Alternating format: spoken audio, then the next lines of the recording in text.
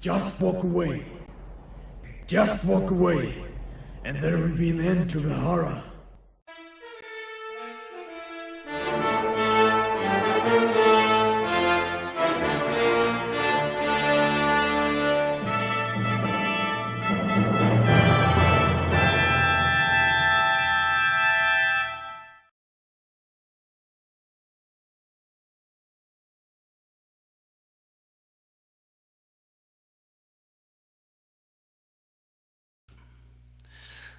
And we're live. Welcome, gentlemen, viewers who are watching. This is episode 91 of MGTOW Chats. Make sure you're going your own way. Tonight, we have a returning guest, Yenocide. And the last time he was on our show, we actually discussed a completely different topic, but it was quite a fascinating show. So maybe someday in the future we will do a part two. It was on World War One. If you guys are interested, go back to my playlist and look up World War One, where we talked to Yenocide, the last time we talked to Yenocide. And tonight we're going to stick more to MGTOW content. And before we get started, and before I introduce Yenocide, I have some lyrics I want to read for you, gentlemen. And this was given to me by Lamprey. Now, Lamprey, I have to admit, I've never heard this song before. Well, it's a thought anthem. I think it's the embodiment of the 21st century flapper, also known as the thought. It was a popular song when I graduated high school and was played on the airwaves relentlessly about 10 years ago. It was played in every nightclub, every bar, played very loud, and it's a very obnoxious song. And I think the lyrics speak a lot on where Western women are as a whole today. Okay.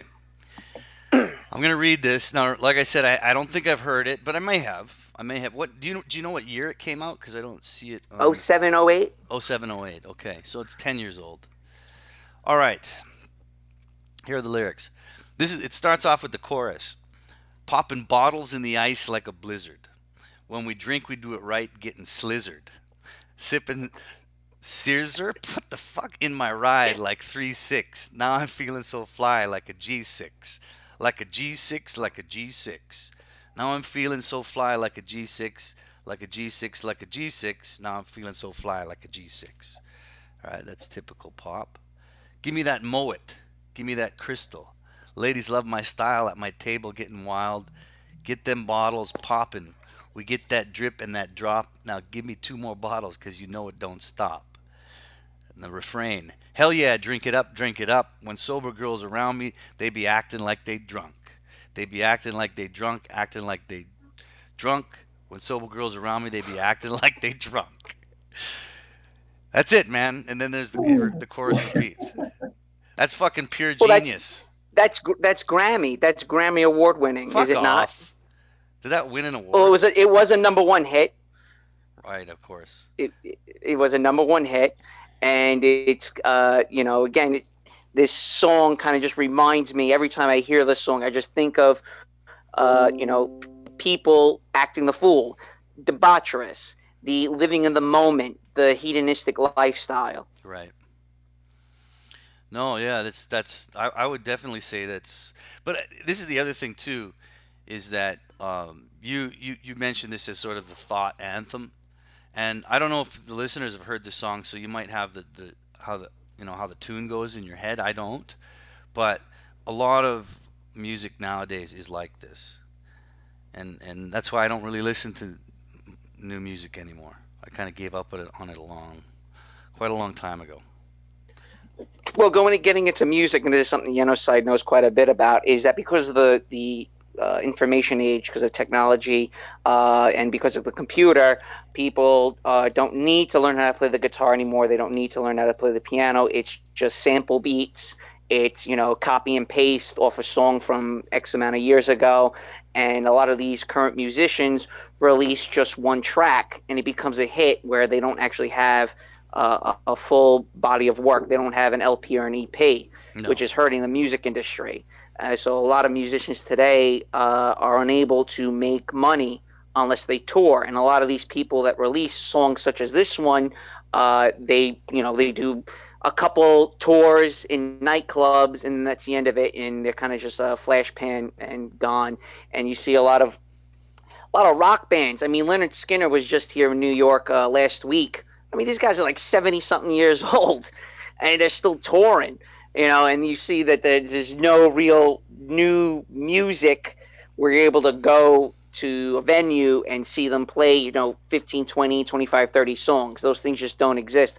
And I don't know the long-term ramifications of that and where music is going as a whole if people just release 5 tracks on Amazon Prime and then that's the end of it. Yeah, it died a long time ago, man. And the did people actually go to see Leonard Skinner? Oh yeah, it was a sold out venue. Well, that's good to hear. But I mean, they're almost gone anyway. So once they're gone, I mean, it's all these guys that are like 50 plus still touring. Man, I'm gonna go see 311 next week, and they're now broaching 50 years old, and they've been around for like 30 years. So I don't see. Part of the issue with music today is you can't tour. Like, let's say you're a startup band and you want to go on a tour cross country and go to dive bars and do, work the scene. Yep. You can't do that anymore because it requires a lot of money, a lot of capital versus 30, 40 years ago. You were able to, get in a Volkswagen, what is it? Buggy or whatever those vans are, the hippie vans, Yep. the ones from Scooby-Doo, and you go travel, 4 or 5 states in your area, and you kind of gain notoriety doing that. My father brought to my attention. I recently bought the Cars album, their self-entitled album, and my dad said, "Oh, they used to go to this bar, they used to go to that bar. It used to be so much fun." Today, because of insurance in bars, their musicians aren't able to play at venues like that anymore. It has to be the stadium. There's Rock Arena, sponsored by Calvin Klein, or, sponsored by Chase Bank. There's just advertisements all over the place. Just came to my attention that they're putting new security fences at the local amphitheater in my hometown. And there's going to be like armed guards, armed security, dog searches. It's kind of crazy that we're like going to rock venues and there's just helicopter searches, and it looks like Fallujah, for fuck's sakes. Yeah, there's still small kind of festival scenes that do exist, but they're becoming more and more rare, definitely in this day and age. Now I want to get into the meat of what we're doing here for the listeners. Like I said last time Yenocide was on, we were talking about World War One, but this time we're kind of introducing him to MGTOW, and for a reason. And for example, those lyrics I just read, as Lamprey called it, a thought anthem. It was just today. Is it correct, Yenocide, that you heard the word thought? Yeah, that's correct. And hello, everybody. Nice to be back on. Yeah, that is absolutely correct. That's the first time I'd heard that expression. There you go. So I know that everybody listening right now knows that word pretty well. They know what it means, and they know a thought when they see one. But having introduced you to the word, you do understand what it means, right? Yeah, I think I understand the acronym and what it stands for. My lack of familiarity with it is probably just because I am so outside of not only what's happening over there, but really anywhere these days that doesn't surprise me. But yeah, I think I do get it. And let me just real briefly just say that was such a great lead in, Am, having you read those lyrics, because it's supposed to be an indictment on women in Western culture. I think it's an indictment that you don't have a recording contract right now, because you obviously have immense talent and potential as a rapper. That was really good. Well, is slizzard even a word? Yeah, what the fuck Moet. is slizzard? Moet, wet. Moet was where it was at. Moet and Crystal. Crystal, tall, Moet, wet. Okay? Listen, I'm the 21st century flapper, okay? You need to back the fuck off. I'm trying to have a good time, and you're wrecking my good time with your negativity, okay? Show it. I loved it. And I did I have a point too. Hearing you talk about just the state of music today. I listened to an interview with Billy Ray Cyrus last night, and first off, that guy is insane, and he is in love with Pete Rose. Like he wants Pete Rose in the Hall of Fame more than anything in life. But he made a great point about when Achy Breaky Heart came out in 1991. He had been living in a Chevy Beretta for basically like almost 10 years. He was going through a really crappy divorce, just touring around Tennessee, Georgia, North Carolina, couldn't get a break, seeing all of his friends getting married. And here he is like living out of a car, being in bars 3 or 4 nights a week. And then he met a Vietnam veteran and wrote the song Some Gave All, which I guess was the title of the album that had Achy Breaky Heart on it. And then the Achy Breaky Heart, is kind of his take on the divorce that he was going through, and lo and behold, this guy becomes a superstar. But it wasn't without going through the necessary steps of of life to gain a perspective, to write those kinds of songs, to have that sort of hunger to keep going back up to the plate, as he says. And now he has the biggest song in the world for 15 weeks, I guess. I don't even know what the song is. It's something like Old Town Road, I think maybe it's called.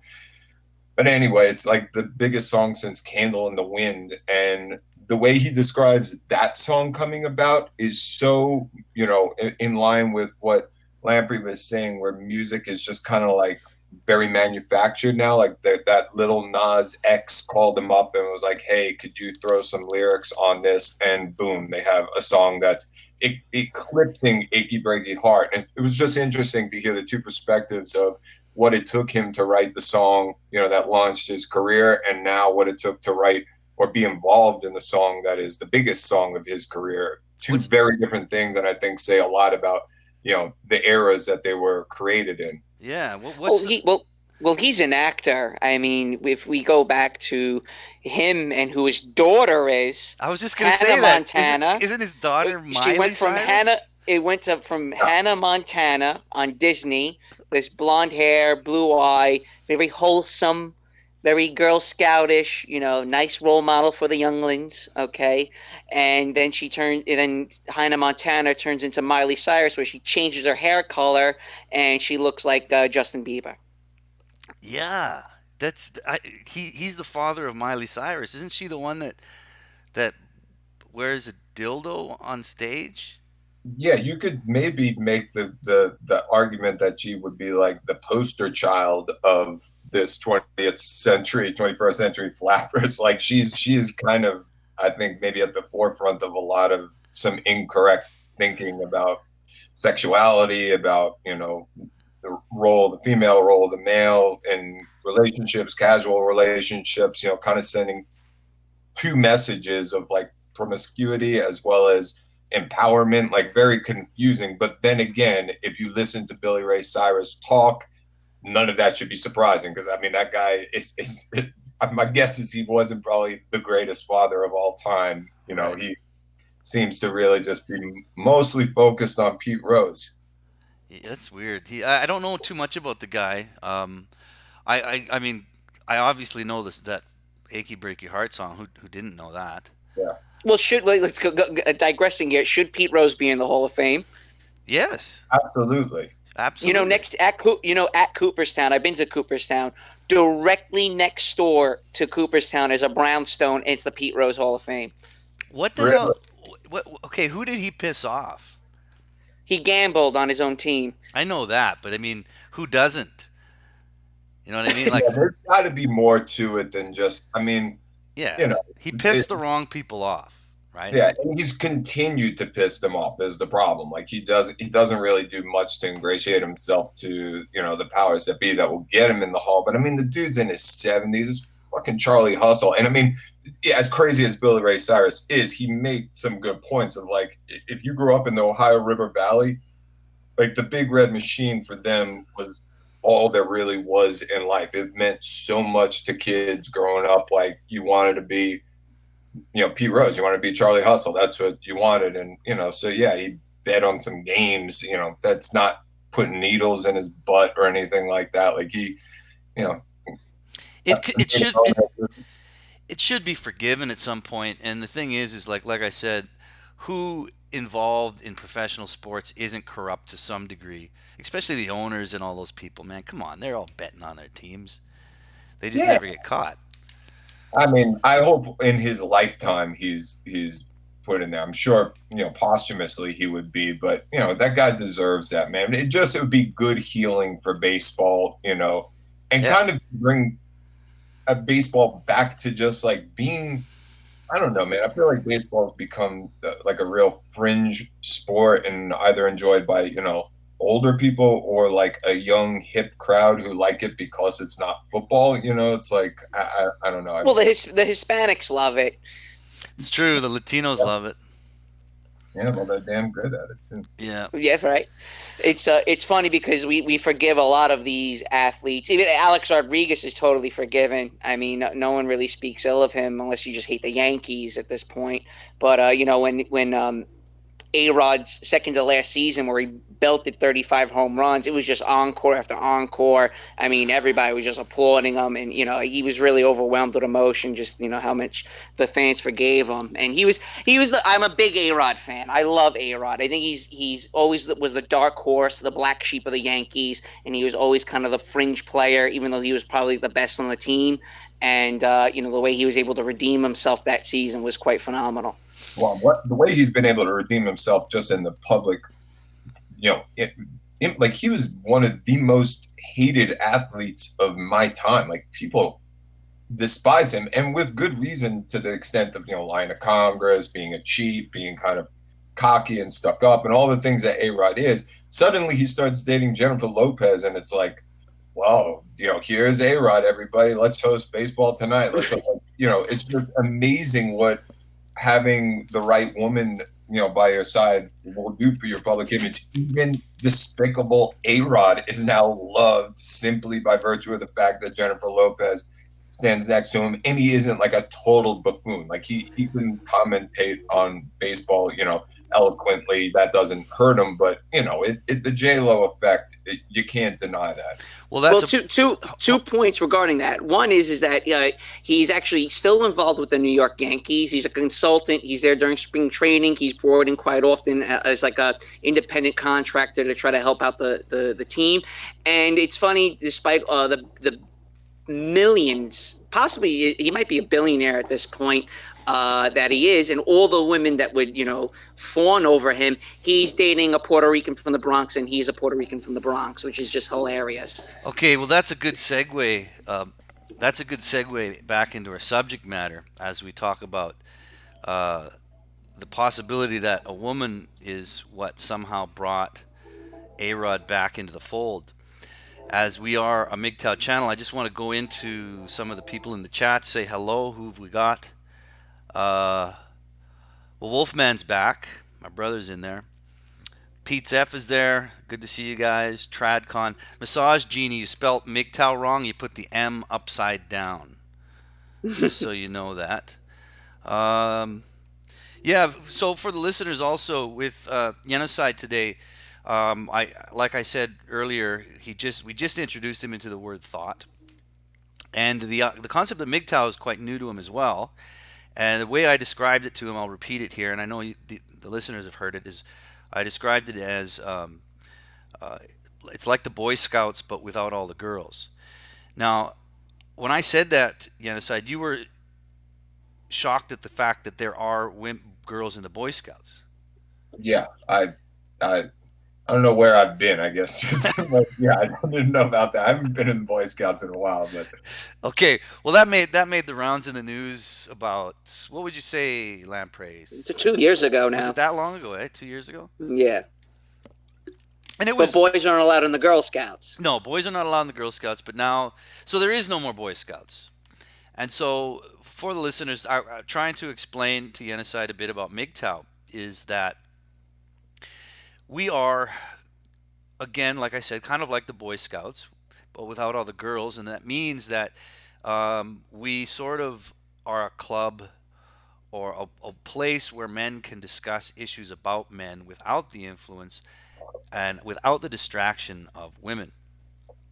Now, I really enjoy that format, and I enjoy this channel for that format. And I mentioned to you, Yenocide, that if a woman tries to poke her head in the chats, my moderators will boot her very fast. In this chat, we do not allow women, we do not allow sodomites, and we do not allow trannies. And that's basically how this show goes. So, in regards to that, tonight, Yenocide, we want to go over some issues that are common in MGTOW circles, and we want to introduce you to them and kind of get your opinion on them as you being kind of new to this. And I think this will be kind of fascinating to the listeners as well.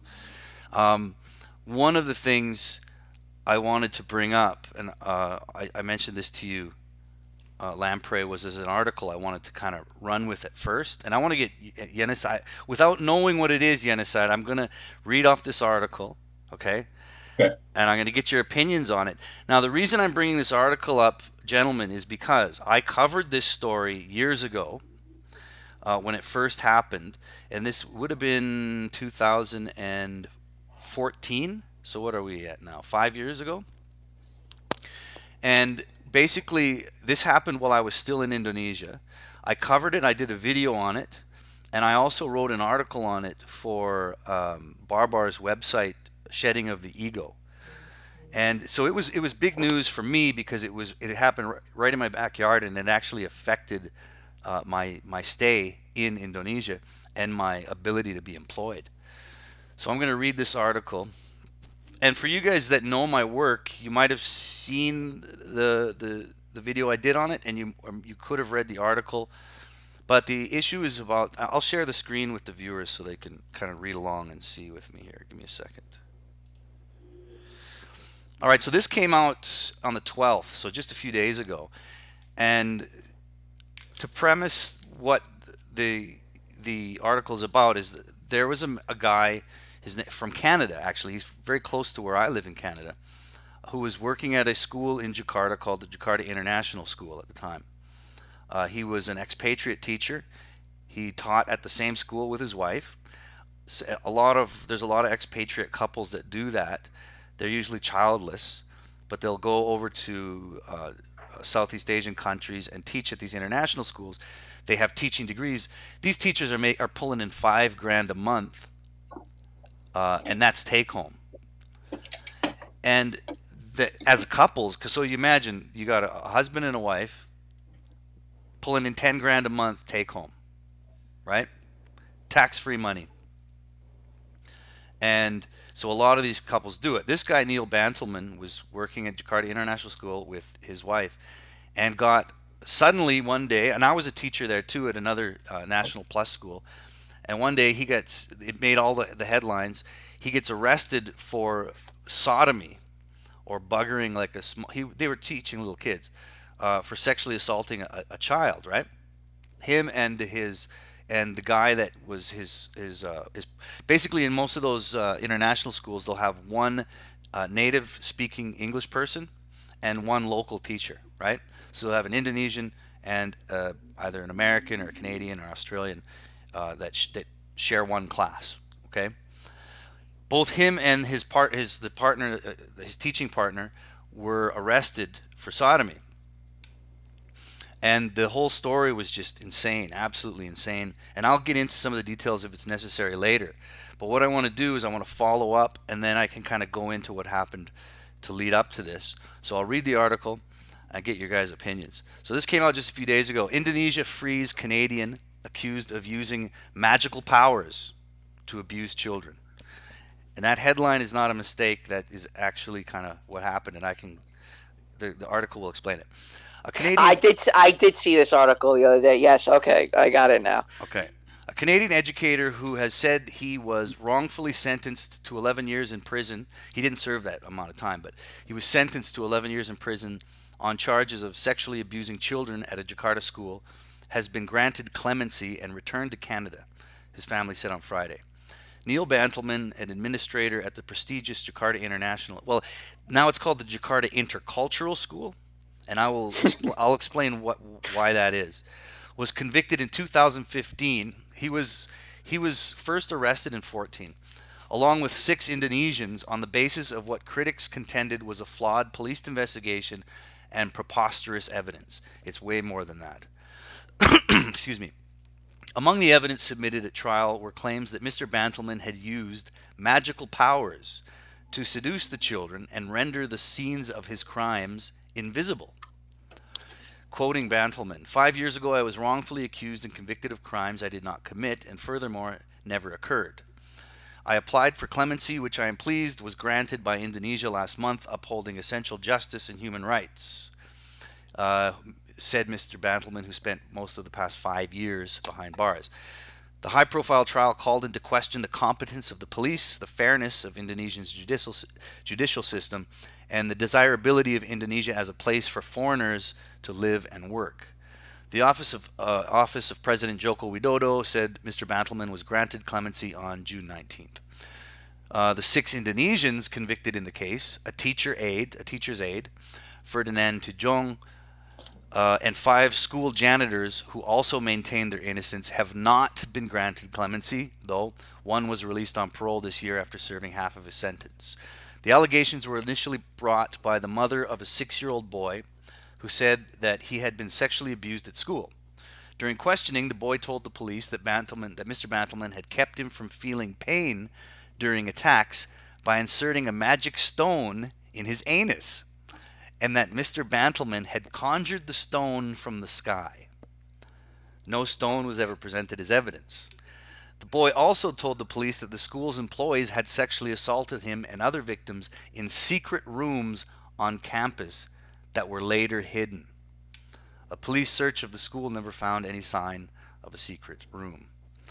Eventually, the families of 9 boys alleged that they had been abused and that the attacks had taken place during the middle of the school day in visible locations, including a glass-walled office, restrooms, and an open kitchen area, as well as the secret rooms. The police charged Bantelman and his teacher's aide with raping 3 of the boys, and at the trial, each was convicted on all 3 counts. The police never interviewed employees who worked at the school, a busy place full of staff members and students during the school day. The defense contended that the questioning of the boys by parents, the police, and counselors had led them to develop stories that were fantastic and implausible. Now we can stop there to kind of get your opinions on it, and then I can go into a little bit more of what happened there. Well, I hope he's learned his lesson not to do sorcery in Indonesia. Absolutely. Magic forbidden. Magic is absolutely forbidden. So, I mean, Yenocide, you're a lawyer, correct? Correct. So what do you think of that? Just give me your opinion on what I just read, and then I'm going to get into some more details. I hope that you're not going to tell me somehow Pete Rose is connected to this. No. No.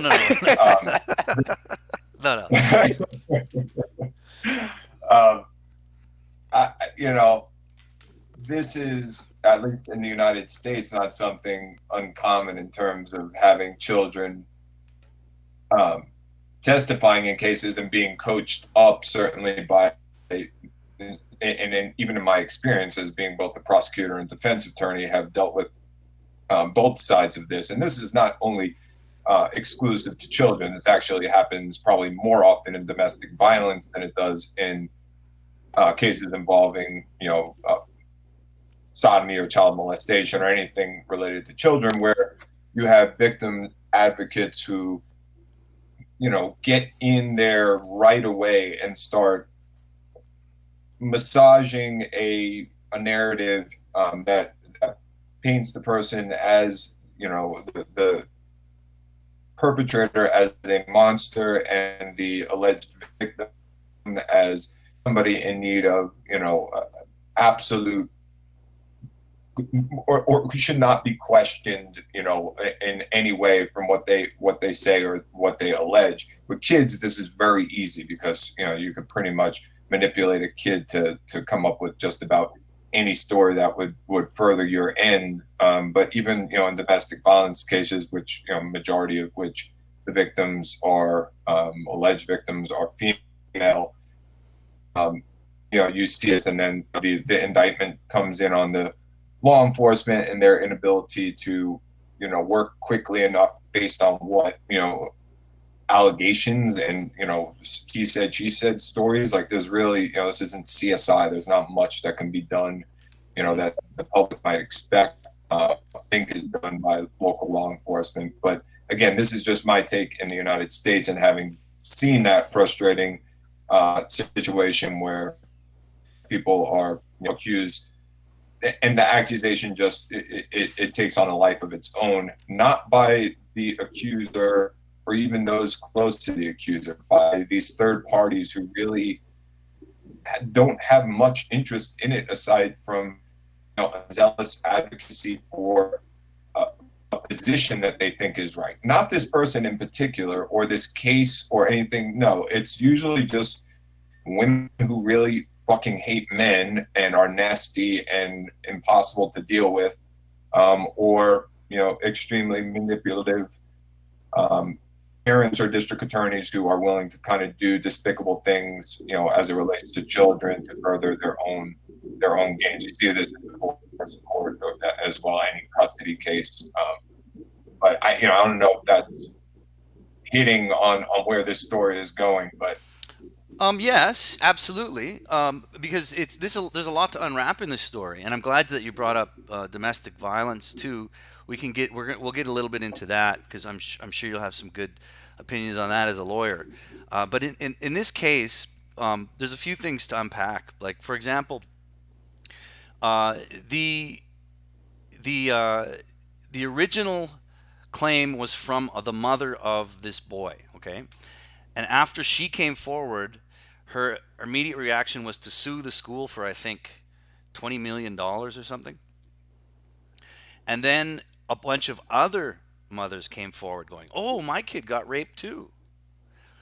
And so this poor guy, and like the article says, apparently he used a magic stone that he conjured out of thin air, and there was a secret dungeon under the school.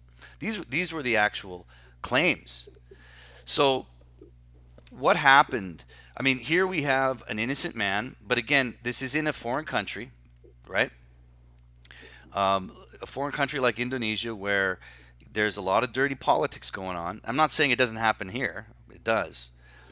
But this man was basically a patsy. Everybody that was accused was male, and this guy that got this Neil Bantelman, they put him in jail before he had a trial.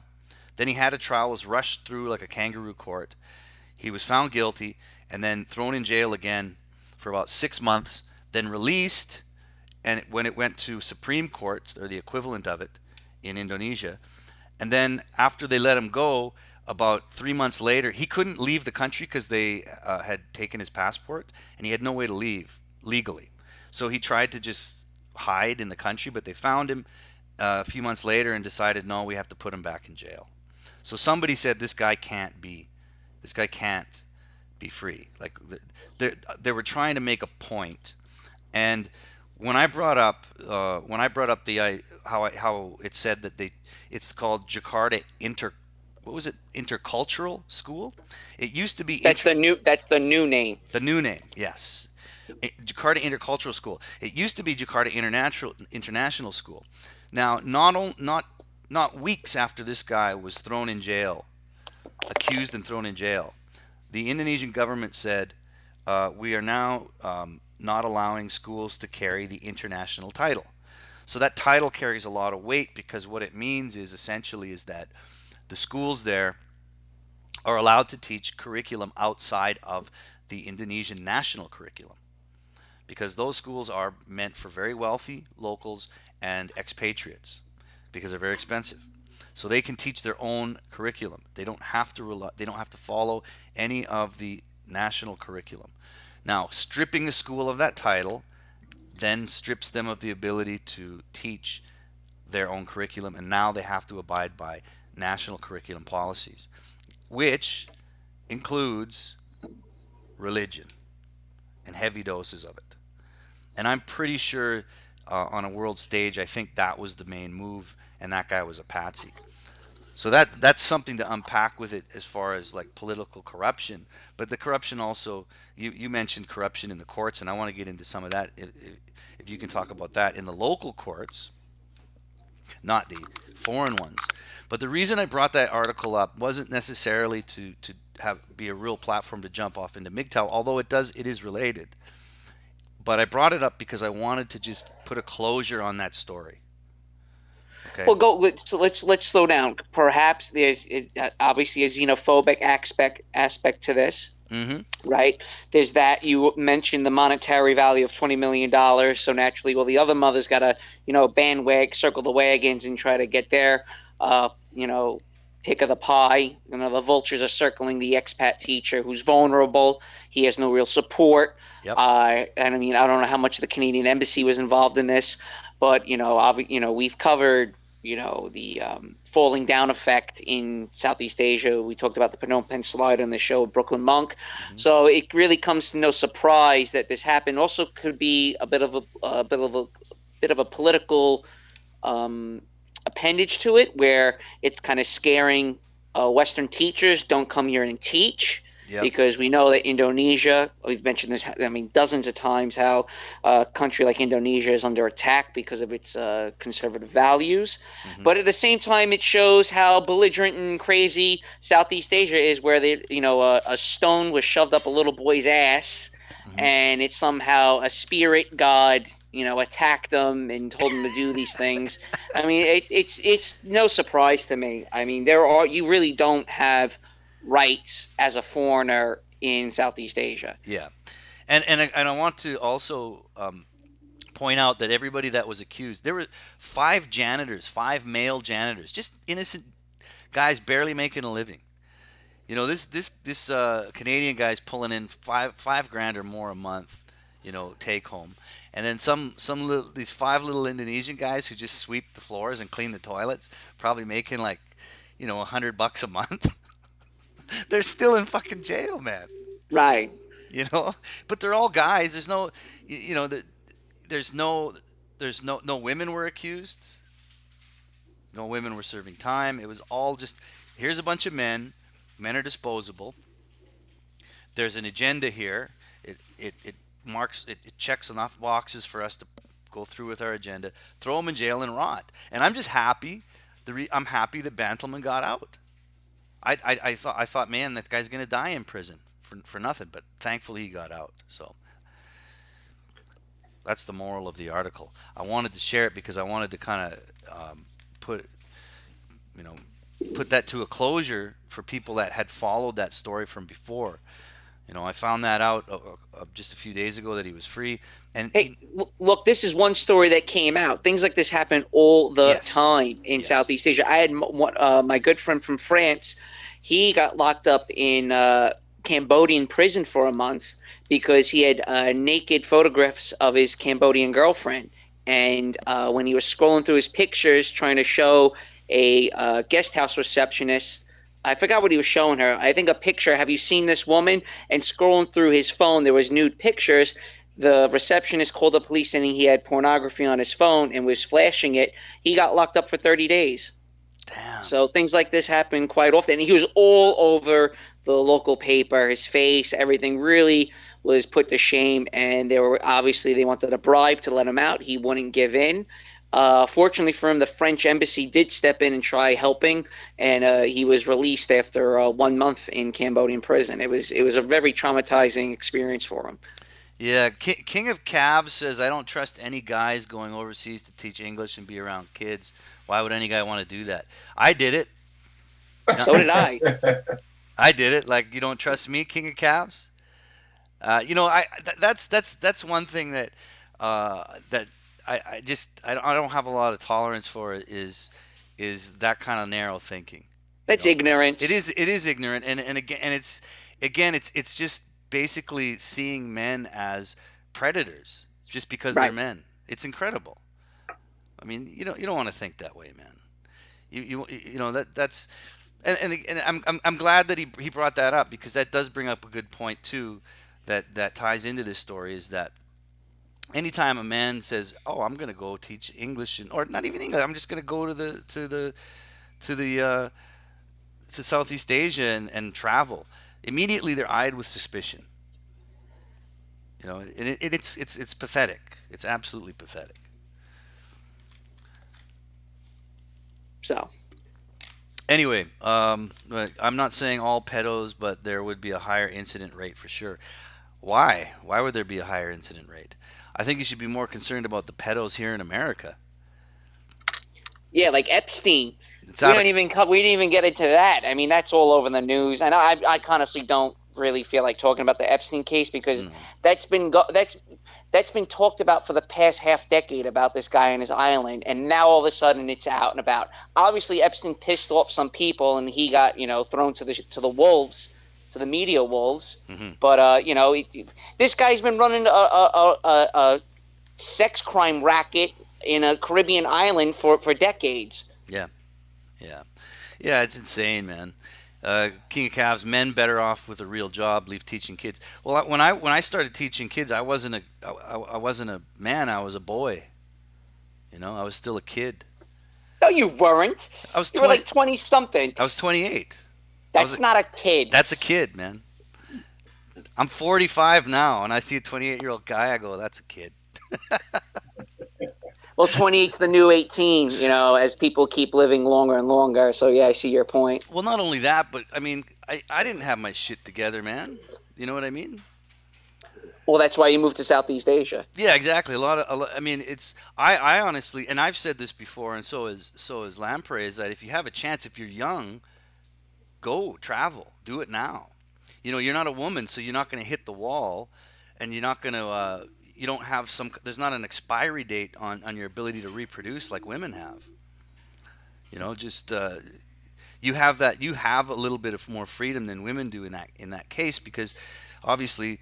Um, Women hit the wall a lot faster, and they have a very limited span of fertility compared to men. You know, nowadays it's just thoughts traveling to Santorini until they're 35, and then thinking they can come back and meet a guy and get married. Doesn't work that way, man. They would like to say otherwise. Yeah, absolutely. Absolutely. But anyway, another thing too that Yenocide brought up, you brought up, we were talking about, you were mentioning how in cases of when children are involved in the courts, you can see that, you mentioned how you see a lot of corrupt officials, and then you brought up domestic violence. Do you want to go a little bit into that, because that's a topic we talk about every once in a while, and I want to get your opinion. Yeah. And when I was in the district attorney's office, I actually was headed up the domestic violence prosecution, and spent a number of years working with a domestic violence task force, which I created. That was law enforcement, the victims coordinators from our office, victims coordinators from third party, groups that were around town.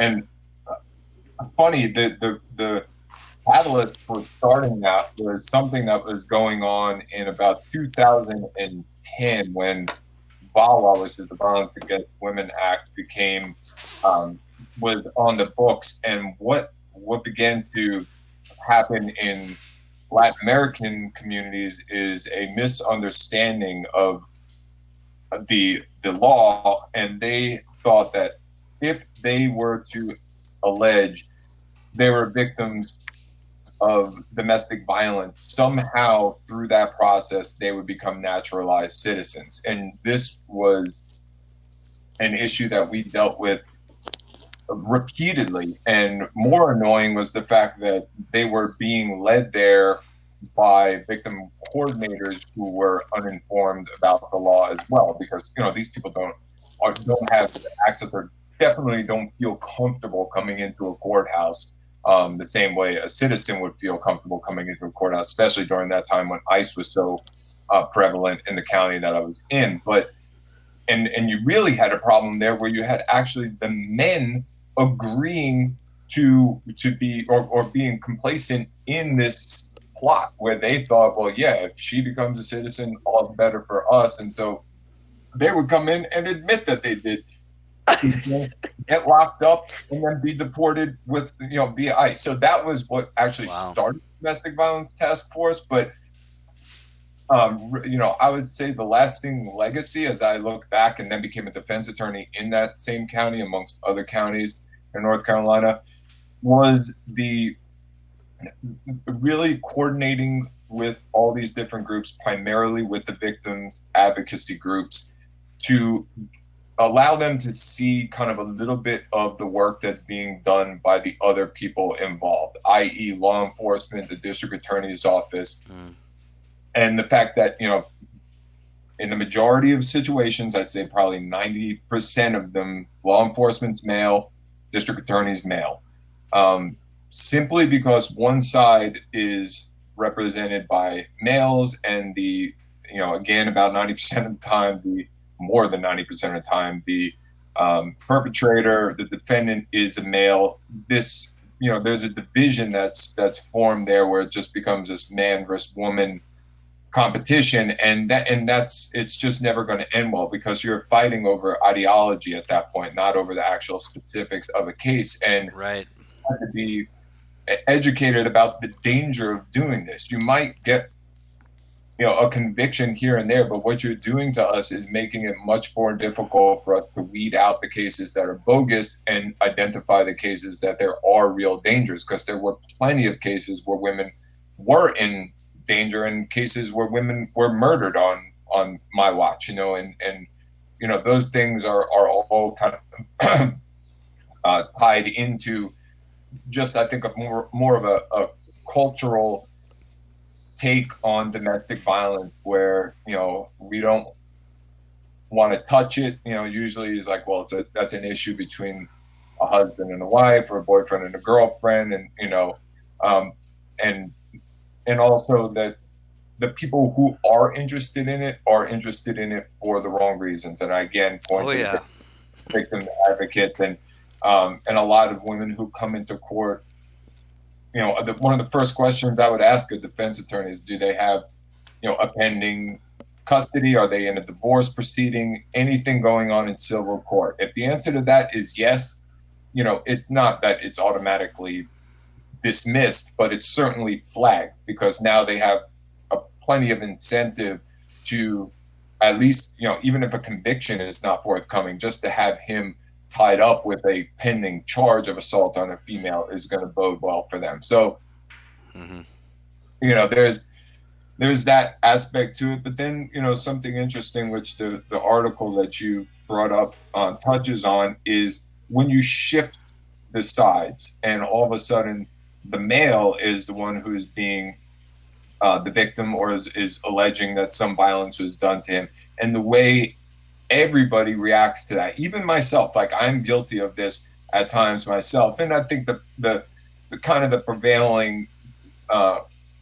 sentiment on that is, he must have had it coming. Like if he hit him, if she cut him. Like I remember this one old African-American couple, and she caught him in the house with another woman, and she stabbed him. And then they sat on the porch and smoked cigarettes until the police got there. It was like the kind of thing where you almost had to be like, man, I mean, he was messing around with another 70-year-old woman and got stabbed, But if that were the other way around, forget it. We would be, be heightened alert, that this was going to be killed. But with that guy, it was like, we, kind of laughed it off.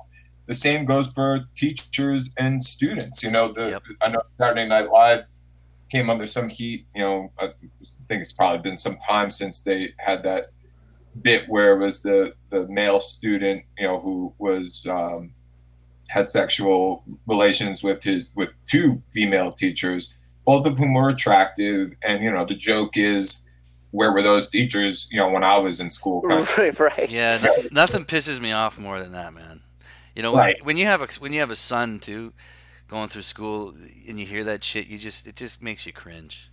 Yeah, because they are predators, the same as a man is a predator. But again, you just were able to as a society, turn, that allow men to kind of be men in that situation. It's like, he's a man. He could handle himself. If he got hit, it's because he deserved it. If he couldn't defend himself from his wife, then man up. But, when it comes time to have that same sort of masculine traits about you, that can easily be condemned as being, whatever, if you're chauvinistic or Yes. closed-minded. But, it's just whenever it fits the narrative. And again, like I said, domestic violence is something that people typically don't want to touch, male or female. But when it's a male on the other side, that's easy to write off. And I really am pressed to think of a case where a male is a victim that was taken even to trial. I can't even think of a conviction unless the woman was fine with the conviction. It's one of these things you're like, you almost breathe a sigh of relief when you see it, because it's like, well, this can't be real kind of thing. But it's that's a systemic problem, I think, with our thinking, male and female, roles in relationships, just the masculine.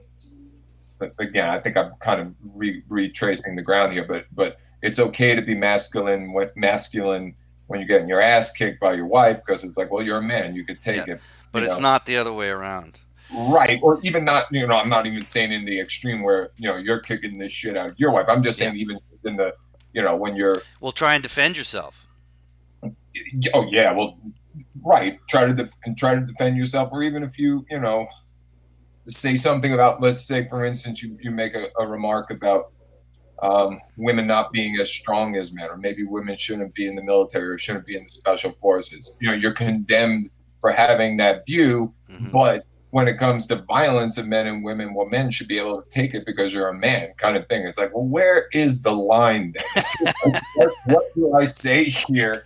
You can't have your cake and eat it too with this, and that certainly is, I don't think anybody would argue with those things existing.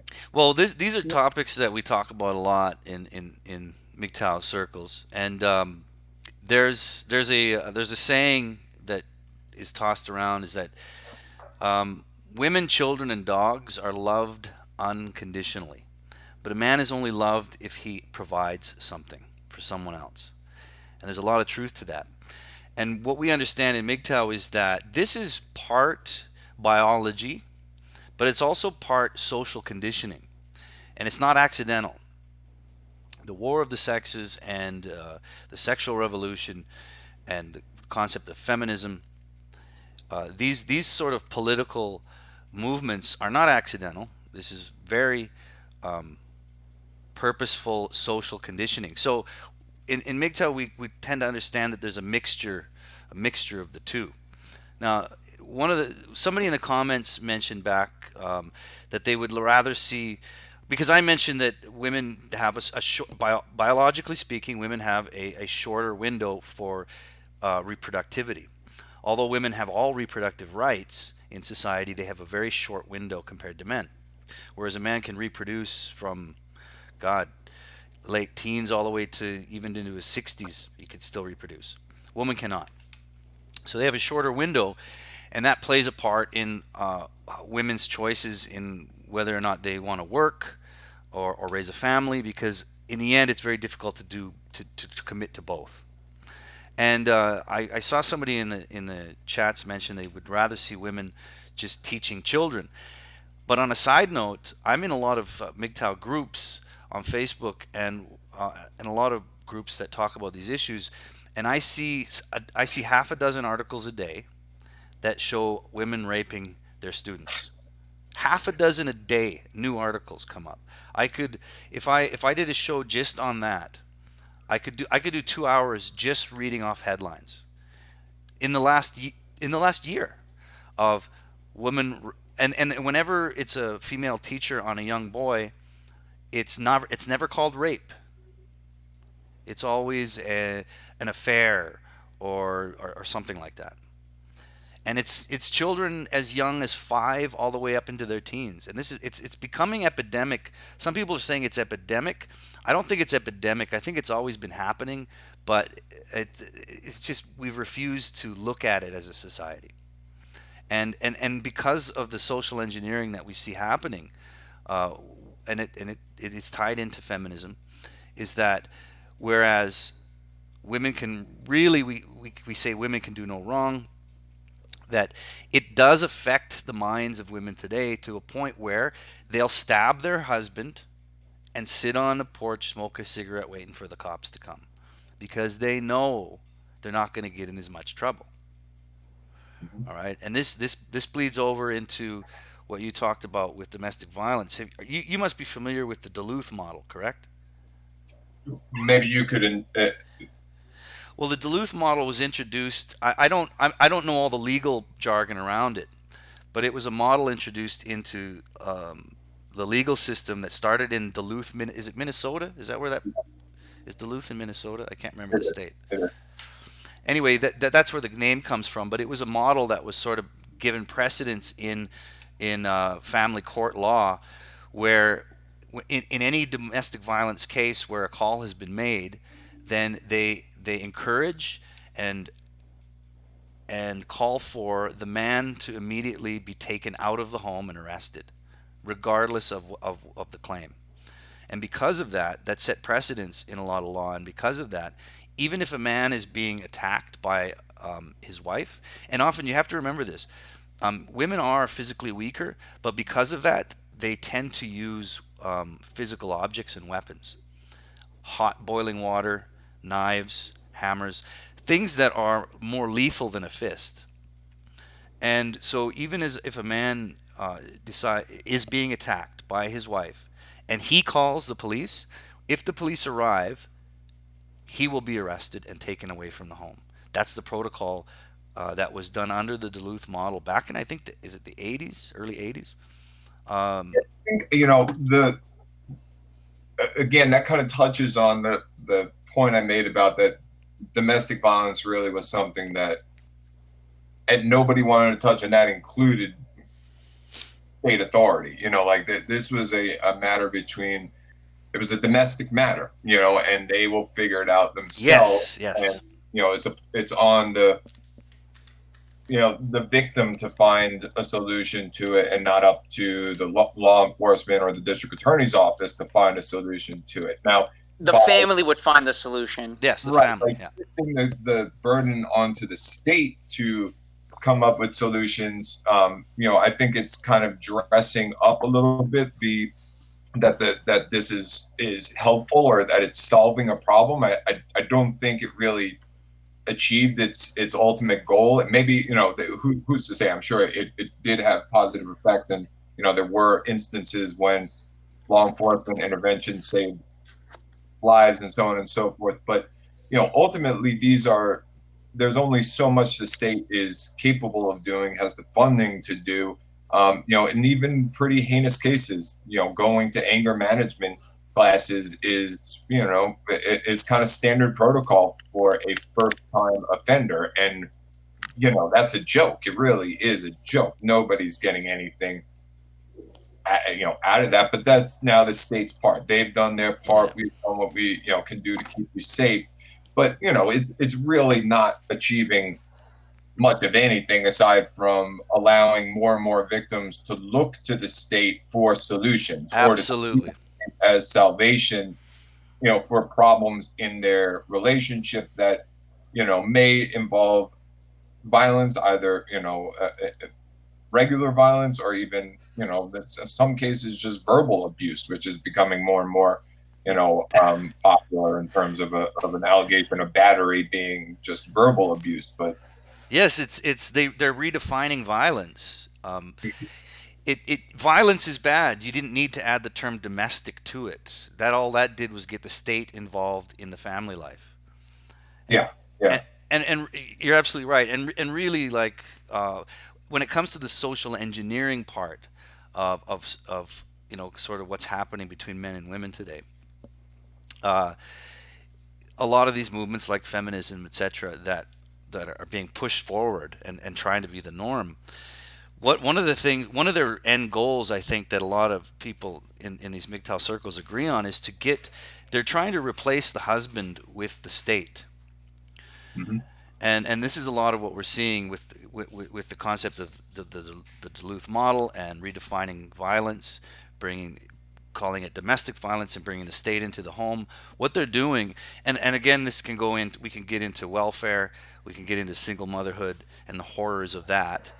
But all of that is a social engineering part of it, of where they are trying to replace the man of the house with the state.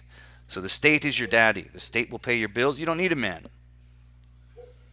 Well, the male's role has been reduced thanks to the outsourcing of jobs, thanks to the growth of the state.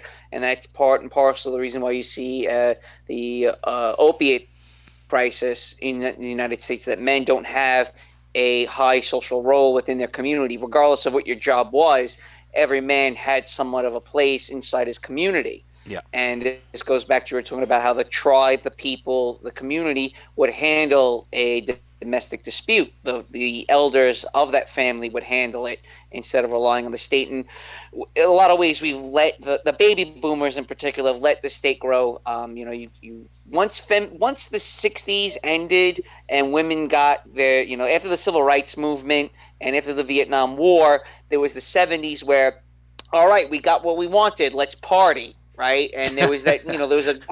No, it's true. You had true. Disco coming in. There was a good social atmosphere during the 70s, and feminism wasn't as prevalent at that time. A lot of the baby boom women had one foot in the new world and one foot in the old world, where they kind of understood. All right, so I can have a couple boyfriends, but at the end of the day, I got to settle down. I got to take care of kids.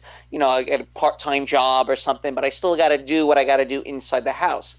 Once Reagan came around, I'm telling you, a lot of these bad things, a lot of these bad weaponized anthropology concepts that we discuss in the MGTOW sphere, in the manosphere, happened during the Reagan administration. The concept of the deadbeat father and child support came under the Reagan administration, where you had this conservative tradcon attitude, where again, women were giving themselves up to a lot of guys, and the tradcons were like, "Oh my God, women are sleeping around and they're getting abused by men and they're getting knocked up by these, deadbeats. Government, do something about it." And here comes, John Wayne, fucking Reagan coming along. All right, well, I'm gonna come in and save the day.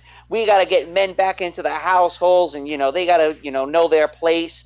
And that's where the deadbeat father came from. Yeah. A lot of the TV shows, I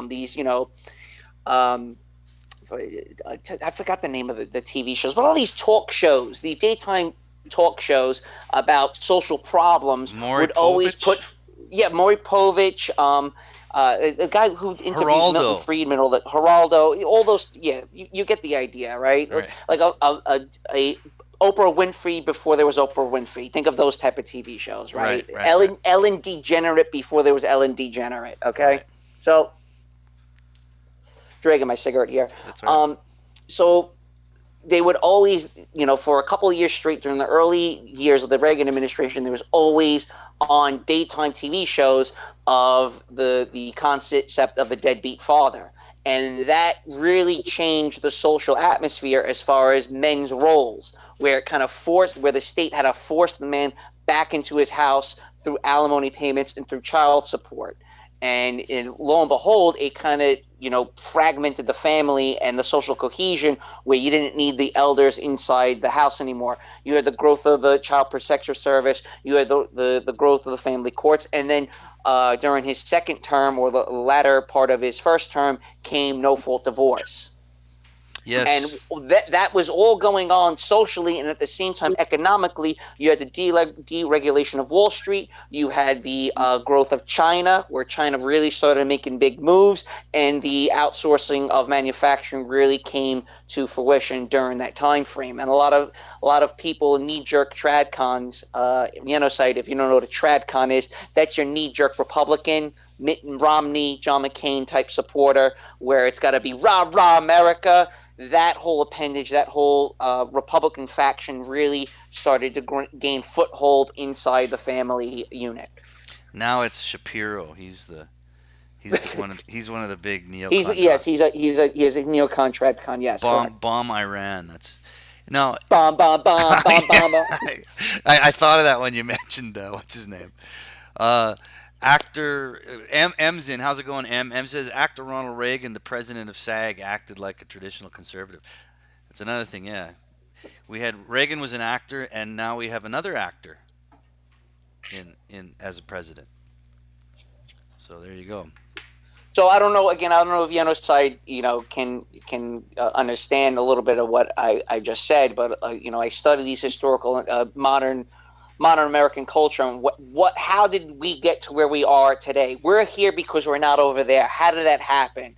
And we can talk about the women's suffrage. We can talk about again the Federal Reserve and us getting we broke away from isolationist policies after World War One and then during World War Two, where we had the Soviet Union and where America became such more of a stage.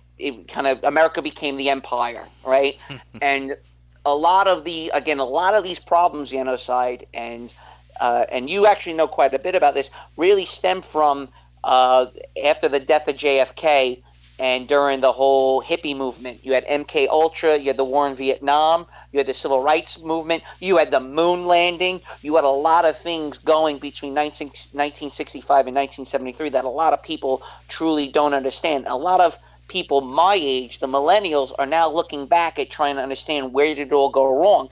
And Right. because people such as myself try to pontificate to the baby boomers, hey, look, a lot of these messes came during your tenure when you're in your 20s and 30s, and they tend to ignore that and say you're a lazy millennial, you live in your mother's basement, yada yada yada. And because there's not much of a dialogue between the older generations and the young generations, you have a much more dangerous political atmosphere where you have people going very, very far left, where you have AOC, Elizabeth Warren, Bernie Sanders, and then you go very far right where you have, if you want to call Trump far right, but you see someone like Trump who, would be considered an outsider, and you see, because there's no dialogue where we can be somewhat into the center of things, which most Americans really truly are, you see people going to the fringes now because there is no dialogue amongst the young generation, the older generation. Hey, Yenocide, are you older than Lamprey then? Yeah. Okay, so Lamprey, you call yourself a millennial? Yenocide would be like a very old millennial. Wow, that's the worst thing I've ever been called. Yeah, I don't consider you a millennial, to be honest. I'd rather be called a dead millennial than a very old millennial. Is there anything worse? Thank you. No, thanks. So just getting a grip on kind of where you come from. I don't really understand a lot of that. I mean, I'm turning 45 this year, so I was born to boomers in '74. So that makes me, I think, Gen X. I remember somebody talking about this, and I just don't get the whole generation thing and the labels. It's basically the internet. I boil it down to using the internet and the use of social media. Right. That's kind of what I boil it down to. Yeah, if you can't, if you don't know how to attach, if you don't know how to attach a file to an email on your phone, you're a boomer. Basically, you're a boomer. We got Rusky's back. Good to see you, buddy. My niggas. Elephant's in. Elephant Cock is in. Rusty Cock. Rusky Cock. Rusky Cock. And now we got Yenocock. Yenocock. That's right. We got Yenocock. So yeah, Yenocide, if you don't know, both Lamprey and I like to watch this kind of old, washed-up comedian called Owen Benjamin, by the name of Owen Benjamin, go on rants every day on YouTube, and he has this very very strong sort of almost cult like following. Yenocide's the same exact age as Owen Benjamin. Oh, okay, okay. So Owen Benjamin was kind of an old comedian. Well, he's not old, but he was a He's comedian. not old. He's not old. An No, old millennial comedian. he's an old millennial comedian. He got kicked out of Comedy Land because he refused to say a boy can be a girl, or along those lines. He was becoming a very popular comedian within Hollywood, and he started touching Hollywood third rails, and they threw him out. And now he's kind of on the fringes on YouTube, and he's become a cult following. Very dangerous individual. Very dangerous individual. I find it to be quite dangerous. I don't know if AM feels the same way as I do regarding that. Potentially. Potential danger to the United States. He's potentially dangerous. But the reason I brought him up, Yenocide, is because when I was saying like elephant cock and rusky cock, is because Owen Benjamin has this, like I said, a kind of a cult like following, and he's give pet names to all his listeners. So he's Big Bear, and then everybody else is something bear, right? And I thought, okay, I'll do that because my totem animal on YouTube is a cock. It's a rooster. So all my listeners will be their name plus cock. So you're Yenos cock. I am means chicken in Indonesian and Malay. Yes, it means chicken. And that's my avatar. It's a rooster. I want to go a little bit more into the whole weaponized anthropology and where that stemmed from. Yenocide knows quite a bit about the late 60s, the music, and what transpired during LBJ's regime and the Nixon regime, especially with Vietnam. But Yenocide, you are aware that Jim Morrison's father was a Navy admiral during the Gulf of Tonkin incident? You are aware of that, right? Yeah. Okay. So, on our channel, we like to dive into those rabbit holes quite a bit when it comes to the concept of weaponized anthropology, MK Ultra, Woodstock, and things like that. And that's kind of also what we like. I'm beating around the bush. I'm going back to where I was stating. We like to talk about those things quite often because we want to know what the fuck happened and why are we in such a state where we have Donald Trump as the president, why we have the stock market breaking new records every single day. Meanwhile, bread is skyrocketing in price, real estate skyrocketing in price, and we have an open borders policy, and we want to give health care to everybody underneath the globe, and a lot of us are in somewhat of a state of shock. And what I always bring up the story of the MS Estonia on this channel. The MS Estonia was a ferry going from Estonia to Finland. It was fairly big. I think it was like 600 feet long, and it carried people going across the Baltic, transporting goods, transporting people, and it was a ferry that had cars and cargo, and there was a part on top that was kind of like a cruise liner. To this day, since the Titanic and during wartime, it was the highest loss of death during a maritime disaster. I think some 400-something people died. And that was in 1994. Actually, we actually watched the documentary on the MS Estonia. You don't remember it? Well, we sat down and watched it about 20 years ago when you were over my house a long time ago.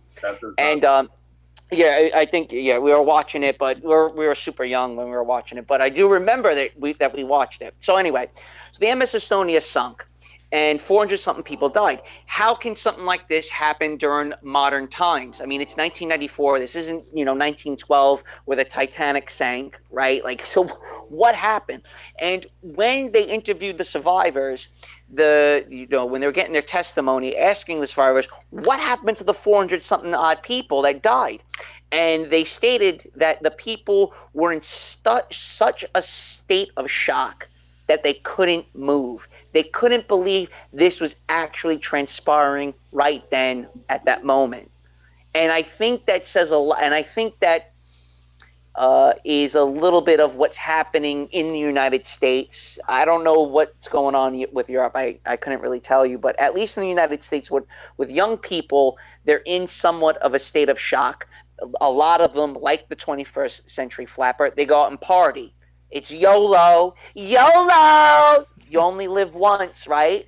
So people are just spending money that they don't have, racking up debt, racking up credit cards, leasing cars that they can't afford. My friend used to make a joke that why is the part-time worker at the 99-cent store driving a 5 Series BMW? How is that humanly possible, right? And again, it's this state of bewilderment, shock that a lot of these things are happening, and many people voted Donald Trump in to try to man the helm, to try to straighten out the situation. Unfortunately, that as we venture into 2020, we can see that nothing's changed. I mean, he gives great lip service, but nothing has really changed the past. I don't know. Depending on where you want to set the goalpost, I say the past 15, 20 years. 15, 20 years, so who did that start with? Well, you can say that it happened, after 9/11, but, again, it depends on where you set the goalpost. So I always bring up the MS Estonia. Look it up, MS Estonia. It's a good story. Crime scene investigators have done a special on and stuff where, modern day, how did 400-something people die in the Baltic with all this technology, with all these, safety measures, safety precautions? How did 400 people something die? Well, they stood still, frozen in the stairwells, in their bunks, and people, the survivors shook them, saying, "We got to get out of here. We got to get out of here." And they just froze. They couldn't couldn't move, and the ship went down, and many people died. I take a stab at trying to connect some of these dots. Yes, absolutely. I'm gonna be like Carrie and Homeland and like loosely tied plot lines together with string here. But first I mentioned that earlier in the conversation, Lamprey, I think you brought up something about women's suffrage and the Second World War, maybe even that. There's a really good book called I think it's Churchill, Chamberlain, and Hitler, and appeasing Hitler. I forget the author's last name is Bouvier, if I'm not mistaken. But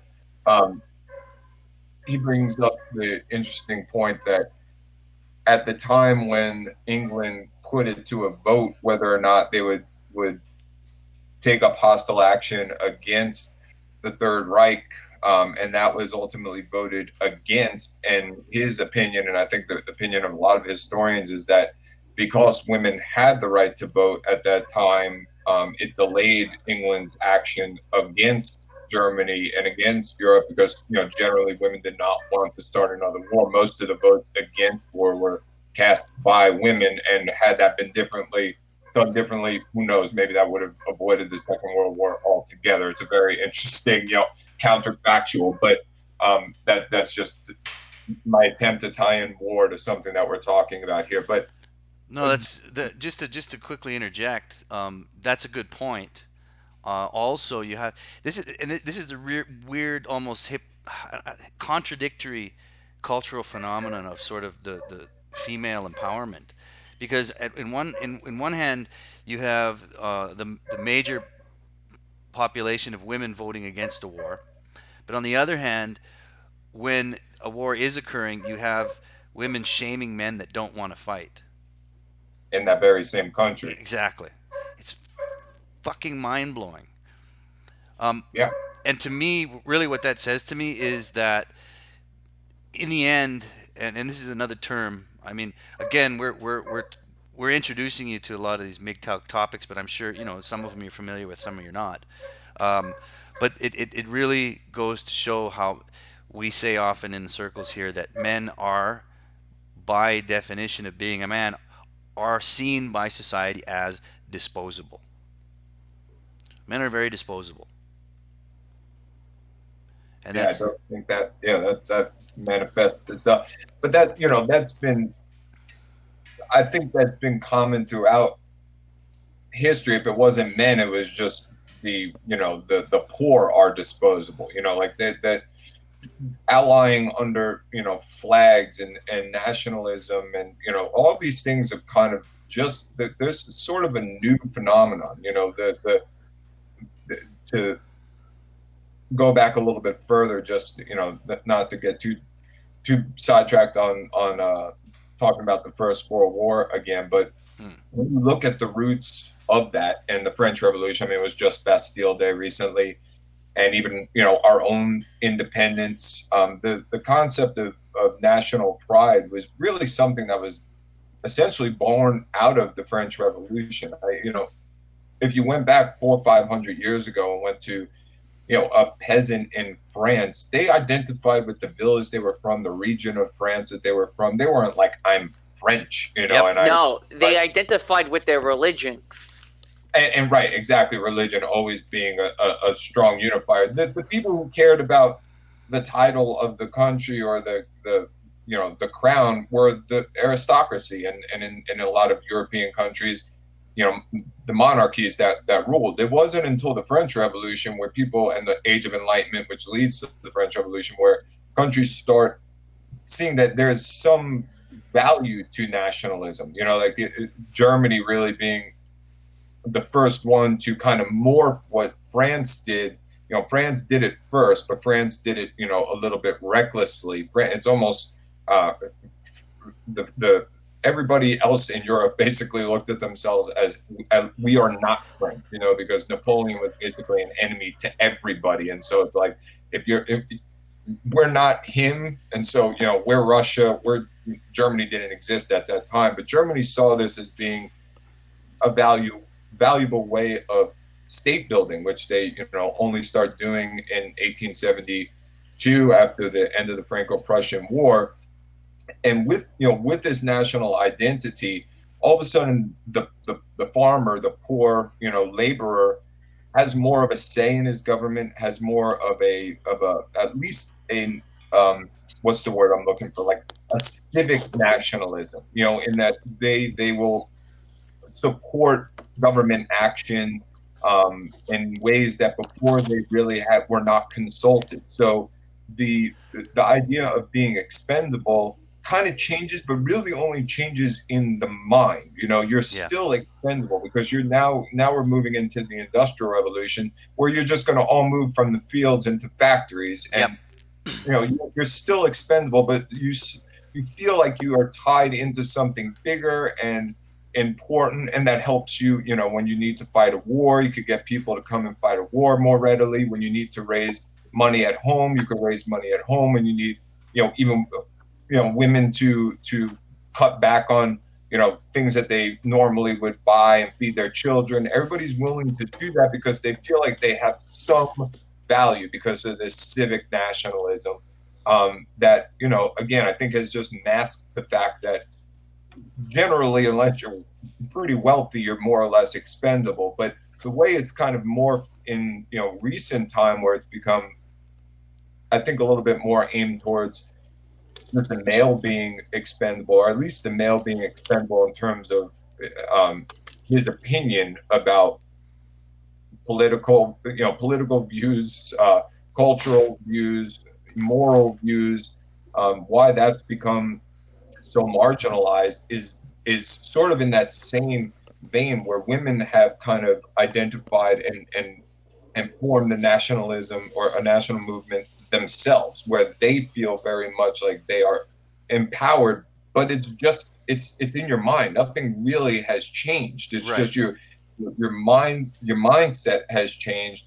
And even though there's no physical change, really nothing that you could perceive has changed, the result of that is very real. The same as the result of nationalism was very real, in that it ended up causing in many people's opinion, including mine, the First World War and ultimately the Second World War. So, Right. while it does seem empowering to just kind of change your mindset and rally under a flag, I think we're in a state of existence right now, especially in the United States, where people just they don't see the consequences of their actions.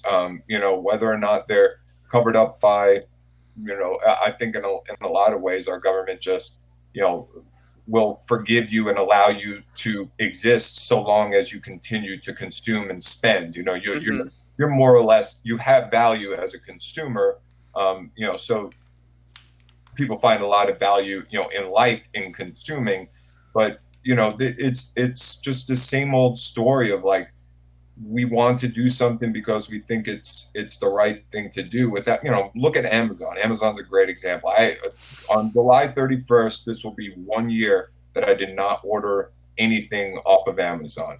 And I made that decision because I started looking around me at family members, friends, and even in my own house, the way that we're ordering things in 2-day shipping that like I don't need in 2 days. I don't need in 200 days any of it. Why do I feel like I need this in 2 days? And certainly there must be some fallout from me demanding this arrive at my door in 2 days. Like somebody is getting burnt for this, and it just seems so short-sighted to be like, well, I could get it in 2 days, I want it in 2 days, and so I just hung the whole thing up. But you look at an average millennial or an average Amazon consumer, and I don't think they even factor in that their convenience comes at a cost to somebody. If it's hitting their purse strings, then there's a reason to step back, which it is, but it's just very well disguised, and it's a very sneaky,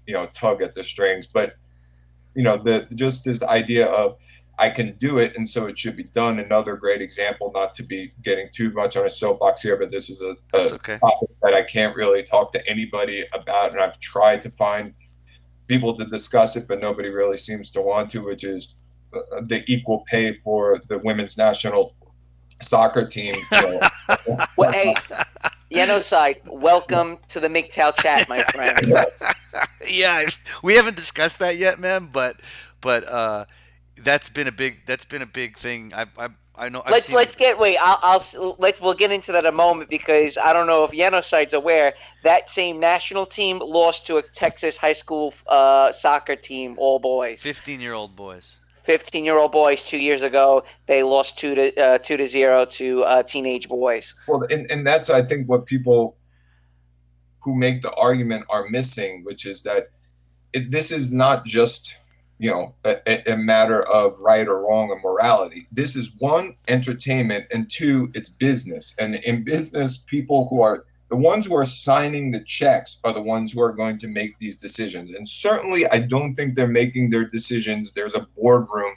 And I made this point to somebody who you and I both know, Lamprey, and I'll tell you the exact response I got, but it's sitting in a boardroom saying, up next is the budget for the women's national team. And somebody says, oh, women, just give them, a quarter of what the men makes and move on. Like, nobody's doing that. And the person who I told was like, are you kidding me? That is what inequality at the workplace is. It's like, okay, you're missing so much here. But so you want the women to be paid as much as the men. Who's going to be giving them that money? Well, the soccer federation. Like, where are they going to get that money from? You think that's called woke capital, and we've discussed that on this live stream. That now corporations are in fact insolvent. Amazon doesn't make that much money. Tesla is running on a thin margin. And their stock price continues to climb. Walmart was basically subsidized their growth through government grants and government subsidies. And we tend to talk about the HR departments within these corporations have become the modern day commissars of political thought and political correctness and social engineering. And a lot of people, they always talk, oh, it's socialism. Fox News listeners, it's socialism.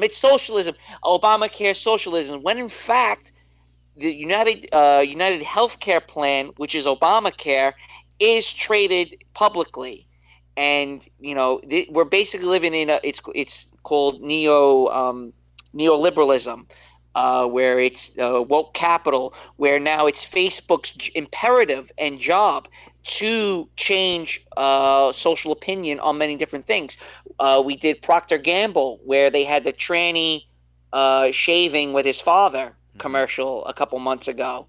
Now we have the promotion of, let's say, interracial marriage, where every commercial is a black man and a white woman with holding their babies, when in fact the divorce rate of interracial marriage is 200 something percent. Yes. And there's a disconnect from reality between the woke capital, which is your corporations, your banks, your fangs, that's Facebook, Amazon, Apple, Netflix, and Google, that are really driving the stock market these days.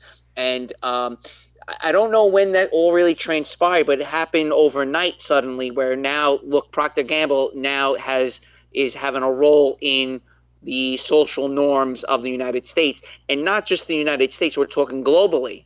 And this brings up the philanthropists, the foundations, the non-for-profits. Going back to what you were talking about earlier about these advocate groups that would latch on to some type of domestic violence dispute. Who's paying them? Where do they get the money to support these microcosms of the family courts in a small rural location in no man's land America? So, these are the things that the average American doesn't seem to want to wake up to, because they're too busy partying, watching football, watching baseball, barbecues, going to the beach, and all these type of things. But yeah, and I think when you put the hard question to them about, well, you can sit there and be as loud as you want and judge your own family members on their views, because you're telling me something. You are on the easiest hill to stand on in the history of hills, which is people should be treated equally. Okay, motherfucker. Like, like, I'm not here saying like we should, eat baby whales with, bones that would be made out of baby seals. Like, that is such an easy position to take, and they all take this very, it just a spot that is not, you cannot assail. It's unassailable, and it's also just it's not, you're not having a position there. You're not taking a position. You're just saying something that is generally a fact and understood and accepted by almost everybody. Okay, so if we go beyond your ideology of everybody should be treated equally, explain to me how equal pay to a women's team that brings in a substantial amount less like than an eighth, maybe an eighth. Yeah, I mean, the purse for the men's World Cup is like $444 million. The women is $36 million. Like, it's not even close to the same. It's like, well, the men's team is garbage and the women's team is good. Even if the men's team is garbage, if they go out, if we're hunting buffalo and the men go out and they, there's 800 buffalo, there's crappy hunters, but they bring back 10, and the women go out and there's one buffalo out there and they're able to bring it back, and their percentage of buffalo kills, yeah, it's really good. They're 100%. They got the one buffalo that was out there. The men, really poor, 18% percentage, but they brought back 18 fucking buffaloes, because where they go, there are 200 buffaloes to be had. This is simple economics here. So why would somebody whose performance, even though better, but brings in less money? And also the point that you made about them getting beaten by a men's soccer team, is boys. Is the product is not the same product. It's just not the same. Like, it is not as nearly as entertaining as watching Lionel Messi play. Like, there's no woman even that could sniff at the level of skill and speed and power that a men's soccer team, or that happens during a men's World Cup. And so why am I going to pay more for a product that's inferior, same as WNBA? I mean, Serena Williams famously came out and said this, in the debate over whether or not women should be paid the same in tennis, regardless of the fact that they are playing best out of 3 sets and the men play best out of 5 sets, she's like, I would get beat by Andy Murray in less than 10 minutes. Like, I wouldn't score a single point against him. The game would be over. Like, we're not playing the same sport here. They play a different sport. It's more demanding. It's faster. It's at a higher level than what we play.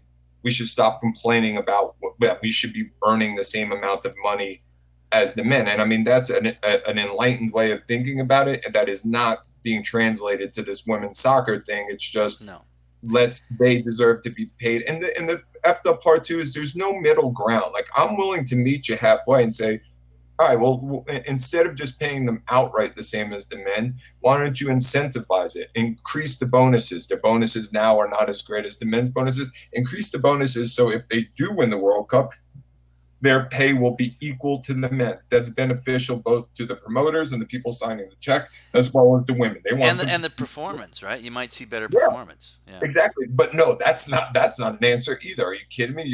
Now this has to be performance based. I'm sorry, can we back up? But didn't you tell me originally that they should be being paid more than the men because they're winning the World Cup and the men aren't? Well, no, that's different. No, it's in fact not different. Like, this is performance based. So, it's this whole thing of like, we want it. So long as it doesn't really cost us anything. Rapone, whatever the girl with the pink hair who's been making the whole stink when she went on, what's that?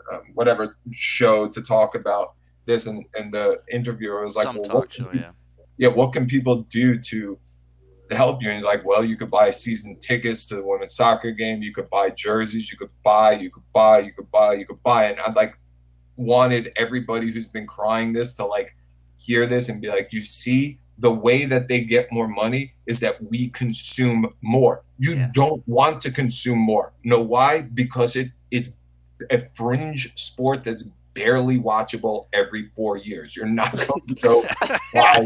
Who wants to watch fucking women's soccer, man? Nobody. And dude, now, a month after this is over, I bet if you ask any person who posted shit on Instagram and Facebook about this, or fought me vehemently over this topic, it's like, hey man, what's going on with that women's equal pay thing? Nobody will know. Nobody will care. Like, it's meaningless at that point, But in the moment, it's the most important thing in the world. And God forbid you take the other side. You're just a dumb oaf male who thinks that men should rule the world and women should get nothing. I love, what did that girl say? And when they won the ESPYs, like ESPN, so ridiculous, catering to them immediately. She's like, I just want to let the world know that women are more than just athletes. It's like, what the hell does that even mean? Like, who even defines women as athletes? Like, you should be lucky that anybody would even include those two things.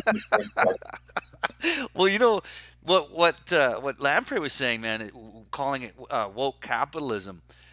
This is evidence. What you just said is evidence that this is weaponized anthropology. This is a production, okay? Because what's happening with what Lamprey said, he was talking about the tranny shaving and how Gillette just said, men are shitty to everyone that buys their fucking razors. To their number one consumer, they just insulted them. They just threw you under the bus. Yes. They just threw their and it's not about profit motive anymore. No. Because they've made so much money now. Now, listen, they've made so much money now, these corporations. Now they're using that money to enslave you. And that's what people don't seem to realize. Yeah. And now, I don't know if Yenocide will agree with me. I don't know if anyone will agree with me. This is actually clinically called fascism, where it's a merger of the state and corporate body and changing the mores of the society. Social engineering. Exactly. It's social engineering. Well, here's another. It's not socialism. And I always try to mention that, a lot of people will call this socialism. Socialism and fascism are basically two sides of the same coin. Okay, they're very similar in many different ways. But Google is not called, the Department of Google. It's not being used. The taxpayer money is not being funneled towards Google. I mean, it is to a point, but in fact, what it is they get a tax break, or they don't have to pay taxes. And what is it? not Phoenix Foundation. What is it that follows Google and its social engineering policies? There's a great foundation that follows the money that Google uses. I don't I know. sent it to you before. It's slipping my mind at the moment, but there's a great website that follows the money in Google and how it's being funneled back and forth through the federal government and through the alphabet, basically. Yes, And Alphabet. and also to make a point, Yenocide, is that because we live in a globalized world now, let's say the CEO of GE, he is by definition an American. He holds an American passport, but he has property in Singapore. He has property in Paris now. He has property in Moscow. He owns an island off of Africa. These archipelagos of capital are all in the mega regions now where, okay, I really don't give a fuck about America anymore. I'm just going to go move to Singapore. I'm done with that country. I've depleted of it, all of its resources. Its men are useless now. They're now slave to their wages where they're not making a decent wage to raise a family. I'll just pick up and move someplace else. It's very similar to the garment industry, what the garment industry was for the past 30 years, where, okay, for example, China. China doesn't make clothes nearly as much anymore. Why? Because the cost of labor has skyrocketed in China. Vietnam has gone through the roof as far as labor costs, the most out of any developed nation. So these garment factories just pick up and move to the Maldives, Bangladesh, Haiti. That's basically what they do. Now you're doing it on a macro scale where now it's GE, let's say Chevron, BP. Just think of any type of mega corporation where they don't have to employ the people of that nation. GE doesn't have a stake in the future direction of the United States. It has a stake in the world now. It has a stake in regions, in continents. It's very similar to what the Dutch East India Company was back in the 17th century, or British imperialism was prior to World War One. Yeah, and I also wanted to mention too, kind of just going back a bit there about the how you were calling it fascism, this sort of social engineering, and how these companies are making enough money now that they're not advertising for profit anymore, and that's obvious. Yes. And another big example is Pride Month. Go back to Pride Month. I was watching baseball games back in Pride Month, and every single inning there was a giant fucking sodomite flag behind home plate. Every Which is a goddamn inning. political flag. Which Yes. is a political Do flag. you think? I mean, what do you think the percentage of the viewers watching that game were fucking sodomites? Really? None. Probably none. There were no sodomites watching that game. So what does Major League Baseball have to profit off of by waving that flag? Are they going to attract more gay viewers to it? Yankees never flew that flag, by the way. They didn't. Well, good for them. Nope. Good for them. Um, and and it goes into I remember during the Pride Month where the big meme in social media was, the companies are trying to get the homosexual money. They're trying to get the sodomite money. I'm like, no, are you crazy? They make up what, 2% of the damn population. Well, they have disposable income because they don't have a family, and Well, that's kind of what E. Jones talks about. Is like, why is the homosexual the avant-garde of the corporations? Well, he's transient, sterile, and he could be used as a political pawn, and he has disposable income. Going back to this whole concept of consumerism, who has disposable income? Well, it's the homosexual, and women. and now you put him as the head of a board of a corporation. Now he has a huge salary, and the guy who has 3 kids is on welfare instead. Yeah. No, absolutely. Right? Yeah, it's the well. You're right. They have homosexuals and women tend to have the most disposable income, and and but I think their population numbers just don't justify spending that much money advertising to them. It doesn't really justify it. I don't think it's really being advertised to that community. I think it's being advertised to the same community who got on the hill of women's equal pay, which is the just social justice community. Right. The same people who that company, there was a company recently that went bankrupt called Polar, which was an outdoor, like an alternative outdoor company, and they made a big splash on Instagram with this hashtag of camp vibes, and we're pushing this whole agenda of like, we're an outdoor company that's not an outdoor company, and we're for a very specific clientele, i.e. hipsters, i.e. people, millennials, people in their late 20s, early 30s who have upward mobility and a lot of, you know, income and desire to be part of something. And ultimately they failed. They flopped because that's not sustainable. Eventually these people move on to something else, and, that company goes belly up. But it's that same group, so you'll sign on to this. You'll shop at Banana Republic because you're like, oh look, Banana Republic is enlightened. They're woke. Now I'm cool with Banana Republic. And then you walk by J. Crew and they don't have it. It's like, wow, have you heard about J. Crew? No, what? They hate gay people. It's like, what?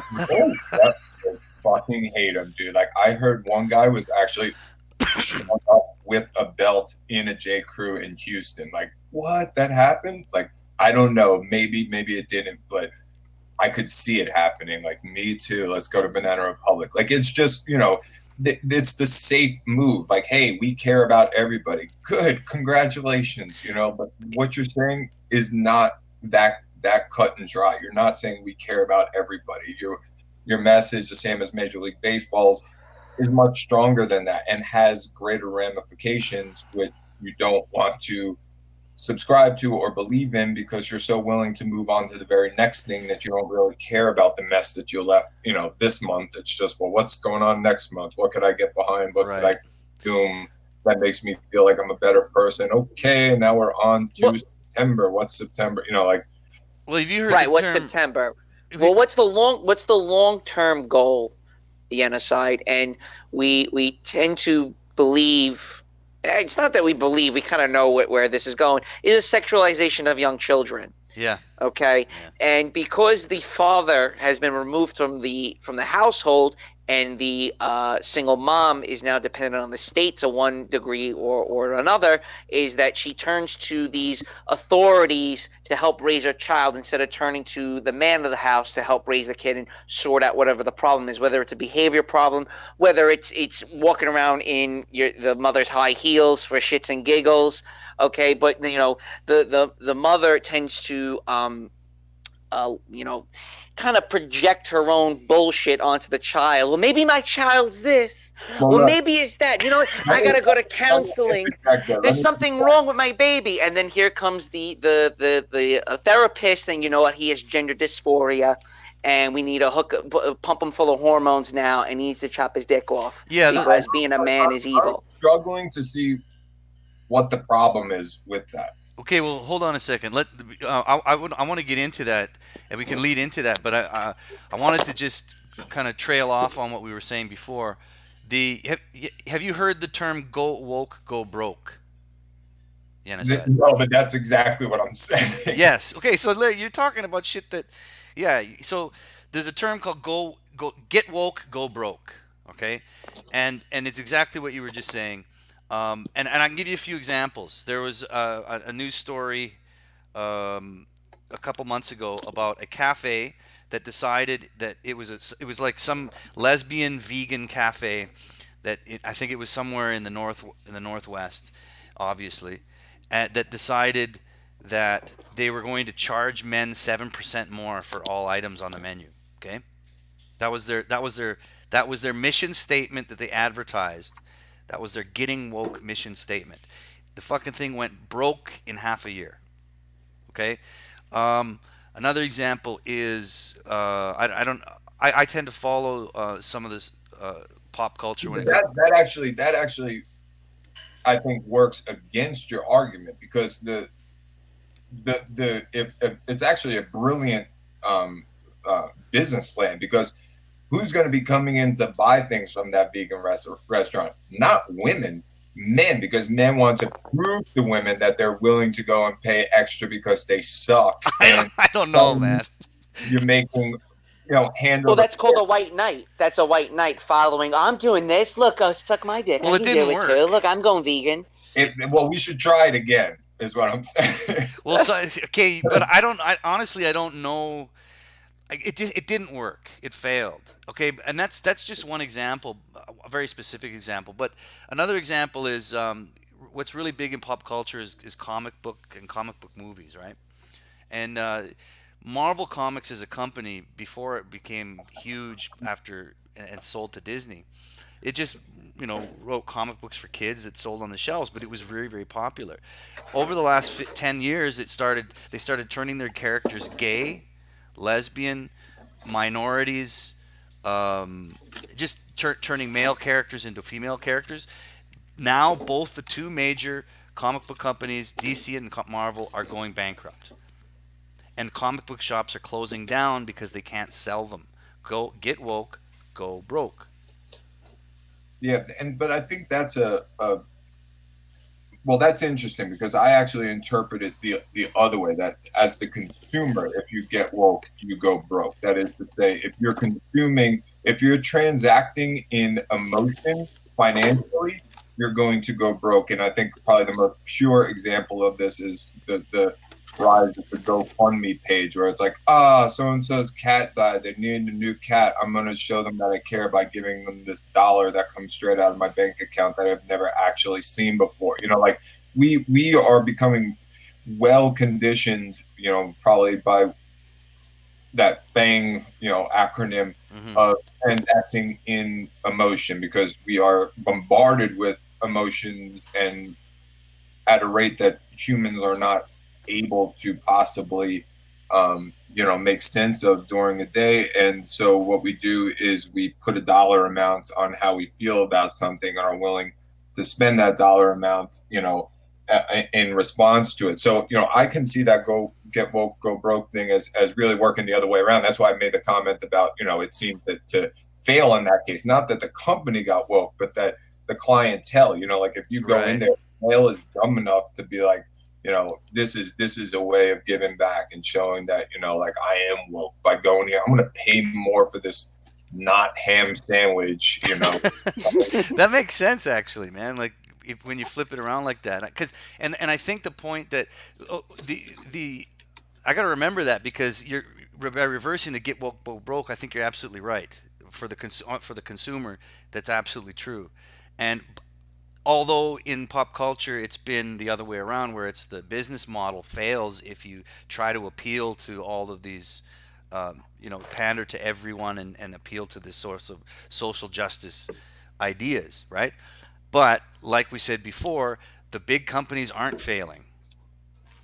So you're right. It does seem to kind They're doing better than ever. yeah, They're doing better than ever. Yeah, I mean, it just seems like they can lose the money. They're not, like, for example, Marvel Comics. They're doing worse than they've ever done, and they're pandering more to we're gonna turn all our strong male characters gay and women, and it's Well, how about James Bond this week? there you go. James Bond is okay.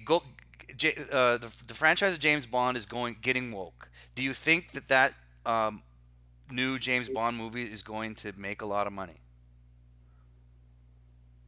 The new one? It's a black woman that's playing James Bond. Yeah. I think the first one will make a lot of money, and I think from there on out it will not make any money. They probably won't make a second one.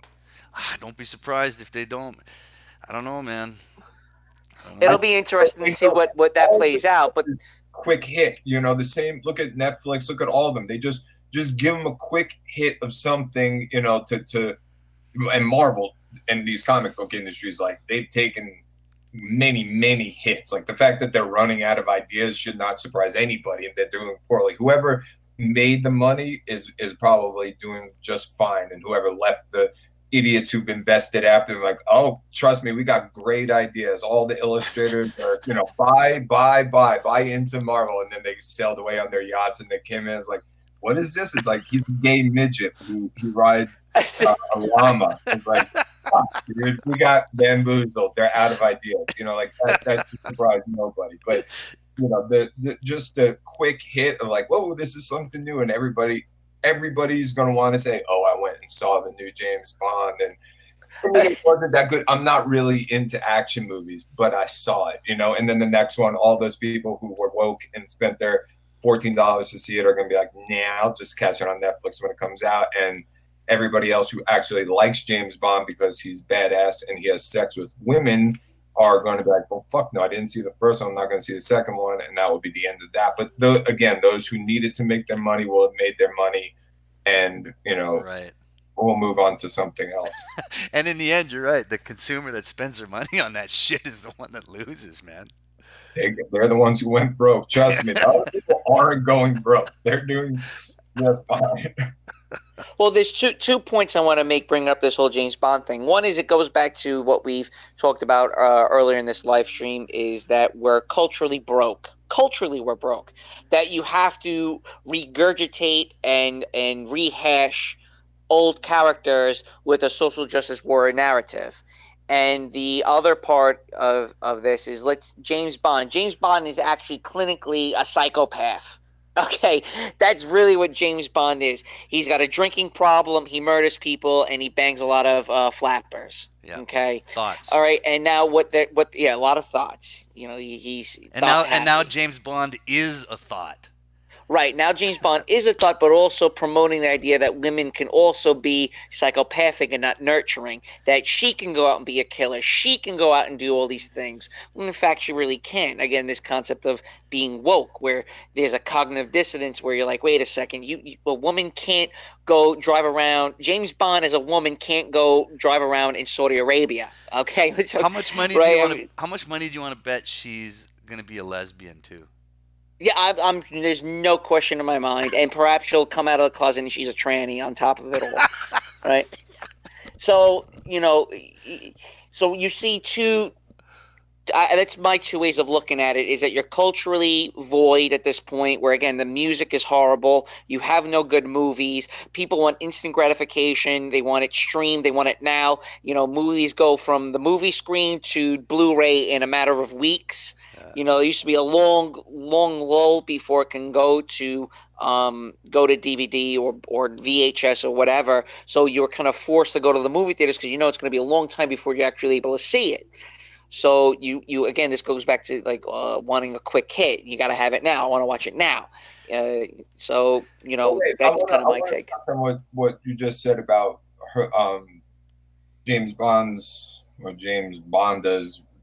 future sexuality, because it's interesting. Should she be heterosexual and sleep with a lot of men, people will be turned off by that because they'll say, well, they just turned it into this degrading women by having her be this promiscuous and sexual, even though that is in fact what the James Bond character is known for. And if it were a man playing the role, even if it was an African American man playing the role and he slept with a lot of women, then you would be objectifying women that way. So in terms of sexuality in entertainment, it's very rare these days to find a common ground where men are not being seen as the ones who are exploiting, whether they're the ones who are being banged by the protagonist or the one who's doing the banging. They're always going to be on the wrong end of that. Yeah, you're right. You can't. They're not going to be able to please any of these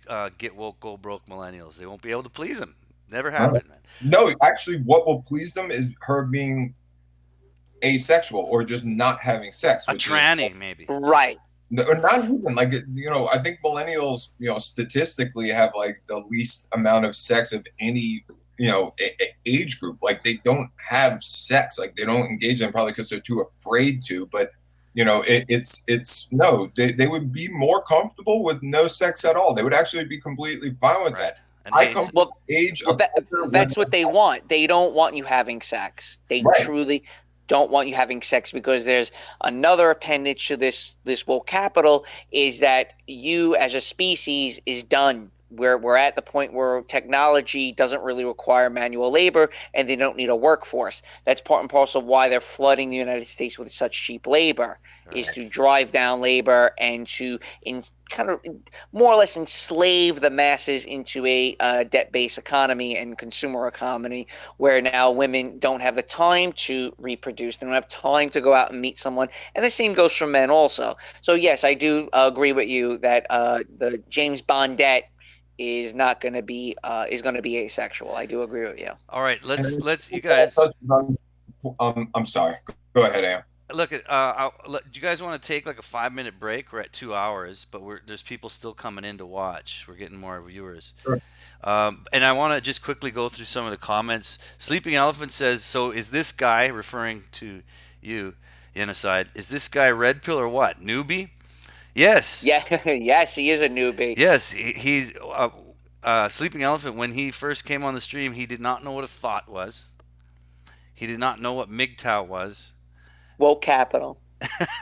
He didn't know any of the Boy Scouts, the whole thing. Yeah, he didn't know that there was women in Boy Scouts. So yeah, it took me 25 minutes to get into Google. What is this called? Hangouts. So yeah, but he's not a boomer, and he's not a millennial.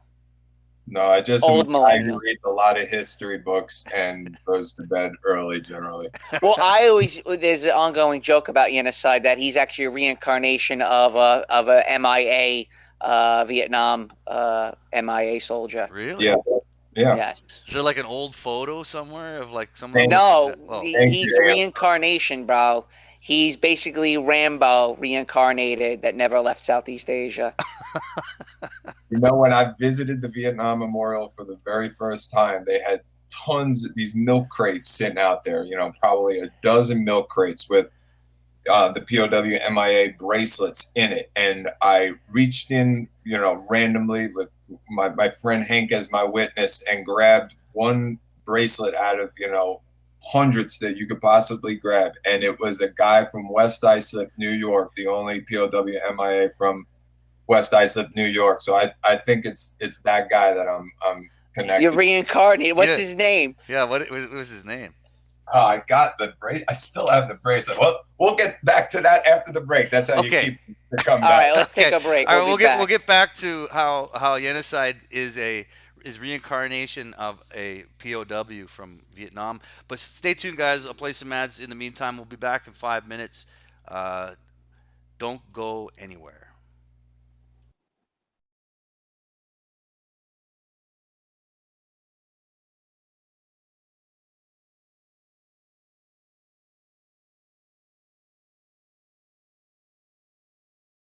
How do you like to enjoy a Rusty Brown's Ring Donut? I like to lick lovingly around the outside and then thrust my tongue in the middle. I like to munch it vigorously. I just love the batter all over my face. On Friday nights, I just can't stop eating Rusty Brown's Ring Donuts. Oh my God, it's so good. Sometimes I like to wear women's panties and walk around 5th Street. When you go downtown, make sure you enjoy Rusty Brown's Ring Donuts.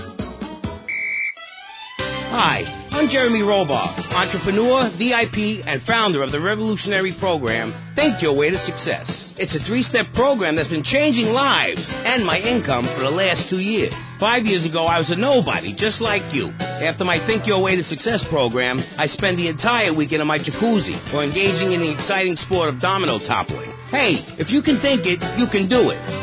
One of my award-winning courses is sure to be perfect for you. The first course I call Think, Hold That Thought, Complete, because that's what you do. Step 2 is known as Learn, Start, Doing, where I explain the mysteries of starting. Or take the new accelerated course that will have you laughing and hugging strangers. Motivate, demonstrate, then motivate again. Just listen to these endorsements, and remember, these people volunteered. They aren't being paid much. I've been on the Think, Hold That Thought Complete program, and I have to say, I'm finally going to start my career in being a well-paid rich person. Yeah, I've been thinking my way to success for a while now. It's some good stuff. Call now and sign up for my Think Your Way to Success program. And if you want to think really fast, try my Crank It Out program. Call 1-866-434-SELF. Hey, don't just do it. Think about it. Sweaty leather tracksuit? Absurdly fat Dayglow laces? Something missing? Complete look. Complete the look with a replica car sign insignia on a chunky gold plate chain at Vice City's one-stop shop for people who know how to put the hip into hip-hop. Wow, you look fresh. Complete the look. Germs are running scared. Last year, communists killed 34 hard-working Americans, but germs killed over 25 million people. Your home, much like America, is constantly under attack from germs. And we all know what germs cause: dyslexia and leprosy. Thank goodness, there's Blocks. Blocks sends germs running like refugees. Just add a few tablespoons to your child's bath and put them in the tub. Presto! That tingling sensation is germs dying. Now your child has rosy red skin and is 100% germ-free. Now that means little Jimmy won't catch a cold or ask difficult questions about reproduction. That's even great for Rover's breath. Now he's sleeping peacefully, free from germs. Blocks is endorsed by the Society for a Cleaner America. It uses a patented formula developed by the Pentagon for use in the field. Now it's available for your home.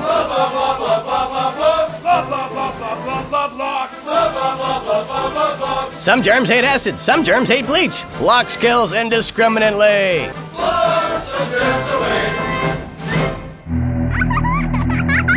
What's this I found under your bed? The only Engels you're going to read is Laura Ingalls Wilder. If you think your child might be a red, here are some warning signs. They read complicated literature and have concern for their fellow man. They even like to share. Tell your kids if someone approaches them with pamphlets about recycling, an invitation to a labor rally, or showing any doubts about the fairness of our system, then they should find a teacher or a policeman immediately.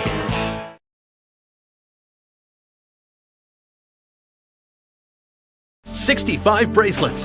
Dirty street trash clothing. Something missing? Complete the look. Complete the look with a single-hand fingerless lacy glove at Vice City's one-stop shop for people who know underwear should be worn on the outside. Wow, you look trendy. Complete the look. Complete the look. We have some sad news for you.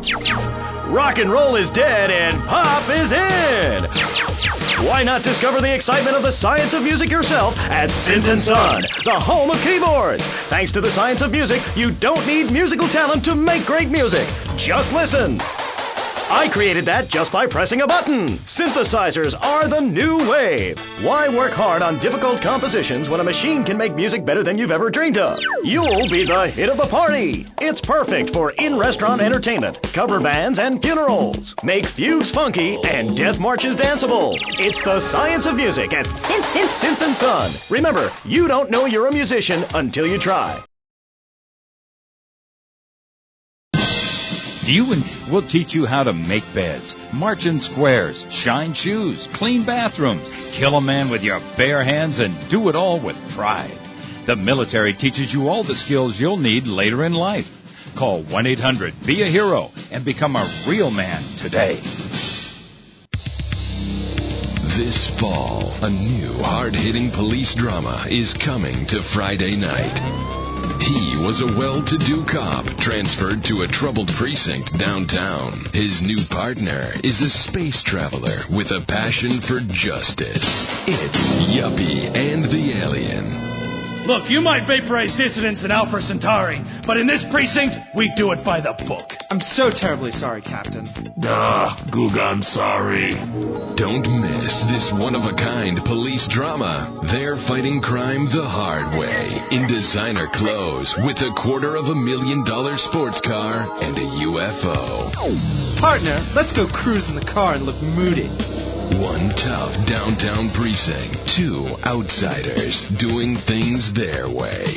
Yuppie and the Alien on VBC. Hi, I'm BJ Smith, tight end for the Vice City Mamas and proud proprietor of BJ's Used Autos. Cars from all over America come to find a new home in Florida, just like you. I moved here after the draft. Football, not Vietnam, even though they do have a lot in common.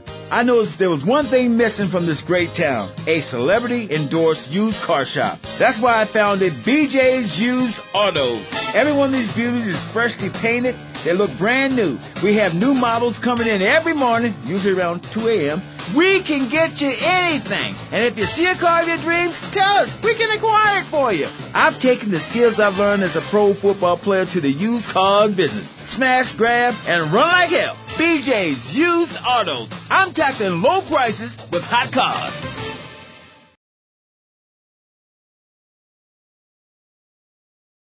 Do yourself a favor.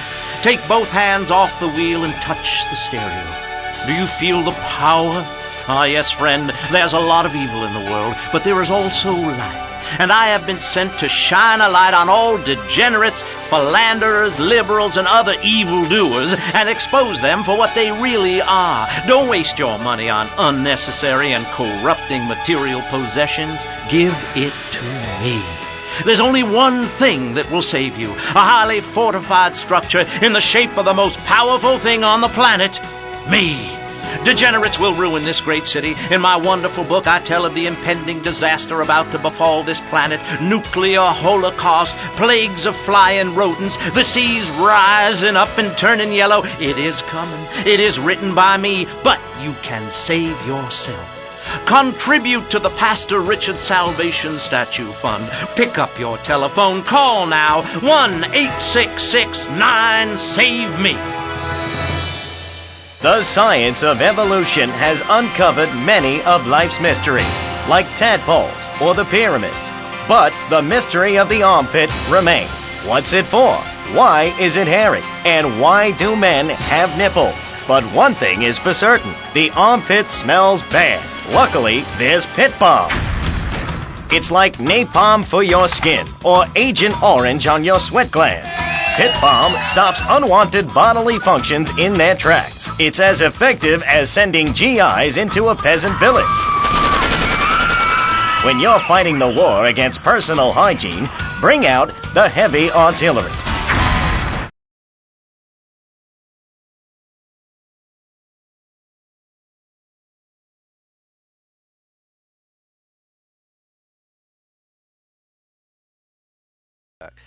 All right, we're back, guys. Thanks for your patience. We just had to take a quick break, grab a coffee, take a piss. I'm sipping scissor. Yep, scissor. Like a Snizzle? G6. I thought it was schnizzle. Moet wet. Crystal tall. Okay, I got a question here from Sleeping Elephant Cock. Now, I'm assuming this is directed at you. Janos. It says, because he was asking if you were new. I said yes, and then he's got, what percentage is fake history? Ask him. So I guess that's directed at you. Janos. What percentage of our history? He's asking how much do you believe in revisionist history? Oh, I'd say 100%. Of course, that's why my efforts in history is always to try to learn the history of the side that was, not victorious, because generally they don't get to write anything in the history book. So I would say, it's at least a 50-50 split in terms of truth and reality. But I guess I don't know if that's adequately answering the question. Yeah, well, he's asked what percentage do you think is fake, and so 51%. 51%.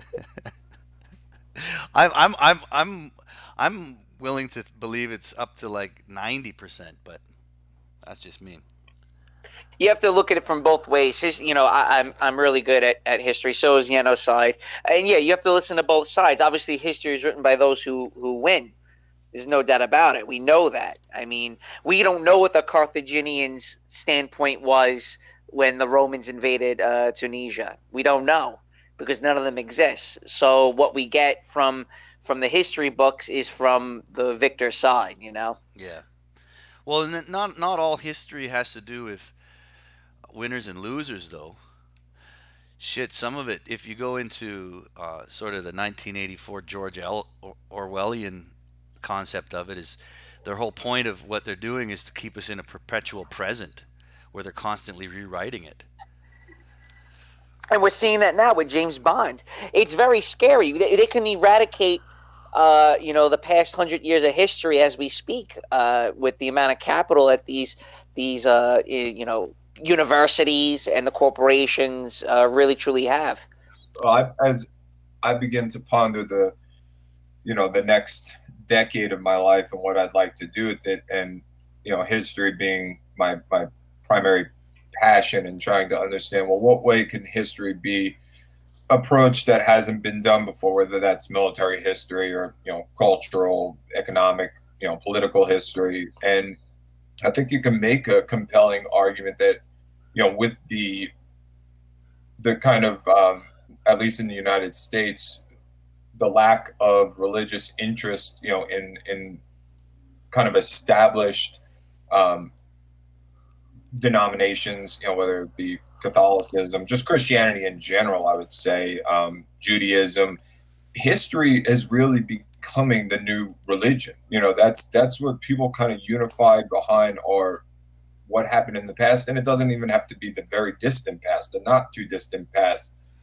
is kind of in its own way becoming what people believe in, what people align themselves to. And I think there's, as much as I love history and as much as I think there's so much to be learned from it, I do see that there's an inherent danger um, in that. And I mean, you can make the argument as well that religion itself is history, and that's generally what we've always believed in, is history is kind of our religion as a human race. But I just mean history of 20 years ago is becoming as important to the way a person lives their day-to-day life as any text or any traditional um, uh, religious construct that we're accustomed to. Yeah. Well, it becomes mythology.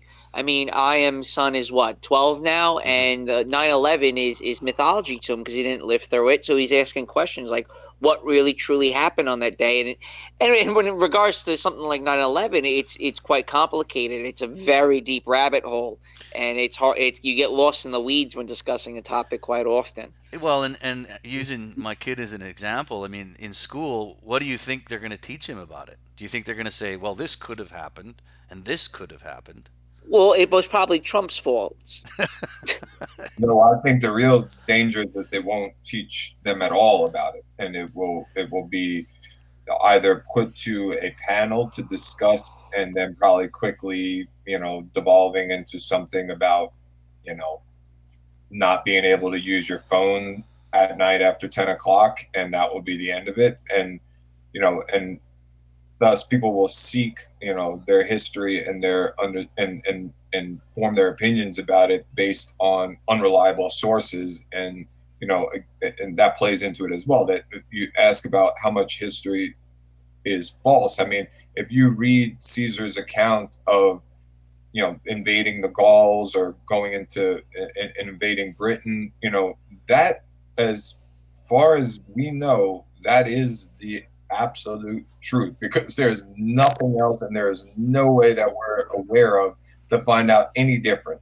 That's it. It's the only text that exists pertaining to those events. But nowadays you can have an event, like 9/11, or something seismic that happens, and there are hundreds of thousands of different perspectives on it. So the historical context of it becomes really, it goes beyond. There's absolute truth in there, and there's absolute bullshit in there. And and I don't think really we're at a point now where we really care what the truth or the bullshit is. It's just the way that you digest it is the truth to you. When looking at history, written history as we've known it, it was a little bit more straightforward than that. And I think you could kind of call bullshit out a little bit more easily, and create and have your thoughts be more informed about, as it relates to a single text or a single retelling of something. Versus, nowadays, where it's just you're not even really going to spend that much time thinking about it, because I think subconsciously that it's probably not completely accurate, and therefore not worth your time. Well, what I see happening now, and this is one of my big red pill moments, was the change from BC and AD to BCE and CE. I'm like, what the fuck is this BCE bullshit that I see on Wikipedia and textbooks now? While I was in college, I started seeing this, and I'm like, okay, so they're taking the before Christ, and I call it after death when it means it's some Latin term that's slipping my mind, AD, when in fact BCE and CE still mean BC and AD. So why can't you just call it BC and AD? You have to change the vernacular. You have to change history for that matter. And there was no oversight, there was no consensus or agreement that we're actually this is a good idea. It just got rolled right out. Okay, no more BCAD. It's now BCE and CE, and you all have to accept it. And in a lot of ways, I take it as an attack on Catholicism and Christianity as a whole in the West at this point, because you're letting in so many foreigners. Obviously the Chinese are not going to agree with this concept of BC and AD, and same thing goes for people from the subcontinent. So again, there's this kind of like this atheistic approach to history that I see unfolding now. Well, it could also be too kind of a part of globalization, because not every culture in the world even today follows our calendar. Well, that's going to be next. And if you're going to start changing calendars, when was that also done during world history? When you were dictatorships during the Roman Empire. When it was a Roman Empire that was completely belligerent and nuts, he started making up holidays, changing calendar names, changing days of the week and stuff. And then once that dictator died, once that, draconian nightmare of a Caesar was killed by the citizens or by his guards, it would revert back to the way it was prior to his rule and during his reign. And that's what I see coming next, is now the changing of perhaps time, days of the week, calendar, the months. August and October are named after Augustus Caesar. October is named after Octavia, which is Augustus' name prior to him coming to the throne, prior to him becoming the Caesar. And then his name was Augustus, which means August, after when he came to power. So you see this eradication, I think, that's going to start transpiring and unfolding I actually do think in my lifetime you're actually going to see them start trying to change calendar names. Yeah. Days of the month. Change of the name of the day of the month. I do see that coming. No, Yanis, you said you wanted to discuss something right before it came on. What was that again? Oh, right. My the person that I'm reincarnated from. Yes, the reincarnation. That's right. Yeah, of course, that's right. So his name was Private First Class Daniel Nids. He was a rifleman and went missing on the 21st of April, 1967 in I-Corps, but Quang Ngai. I don't know how you would pronounce Ngai. Okay.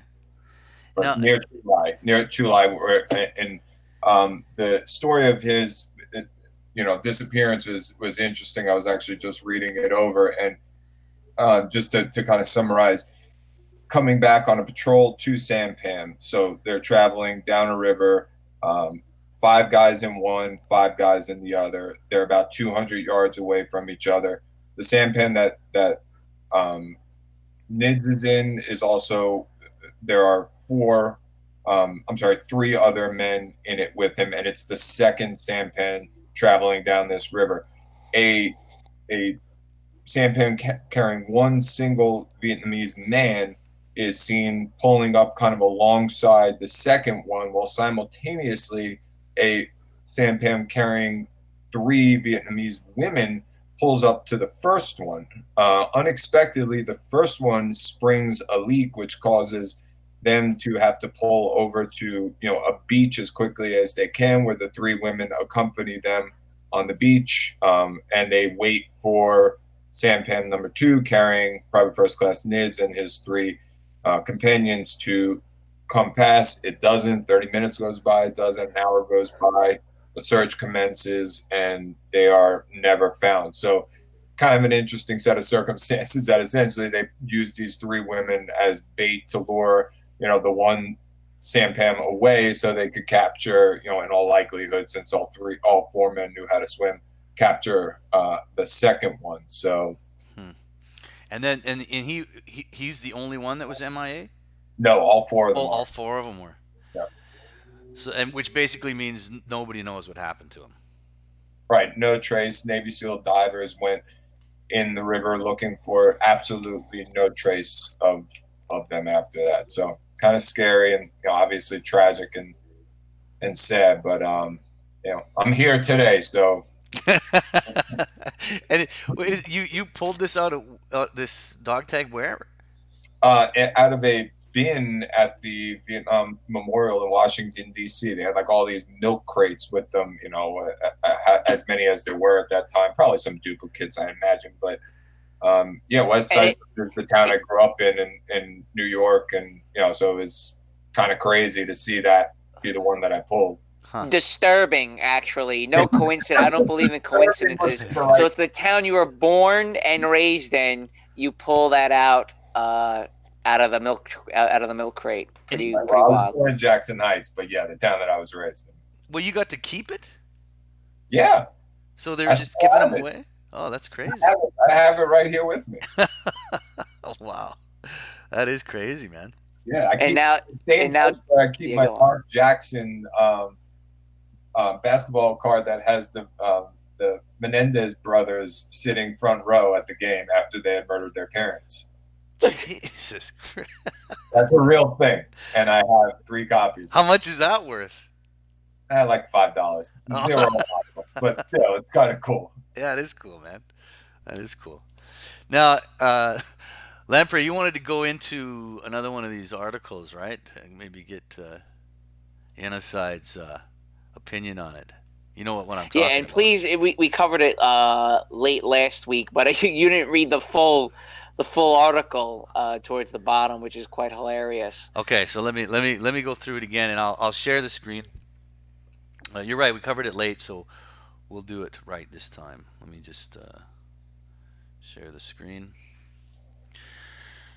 Okay, this article, again, like I said, like Lamprey said, we briefly discussed it the last time, but we'll go through it again today. The article is The Foodie Call. I guess that's a play on booty call, eh? The Foodie Call. A third of women admit to going on dates just for a free meal. Imagine you're out on a date after having met a girl on a dating app like Tinder or Bumble. After some conversations, she asks when you're going to ask her out to dinner.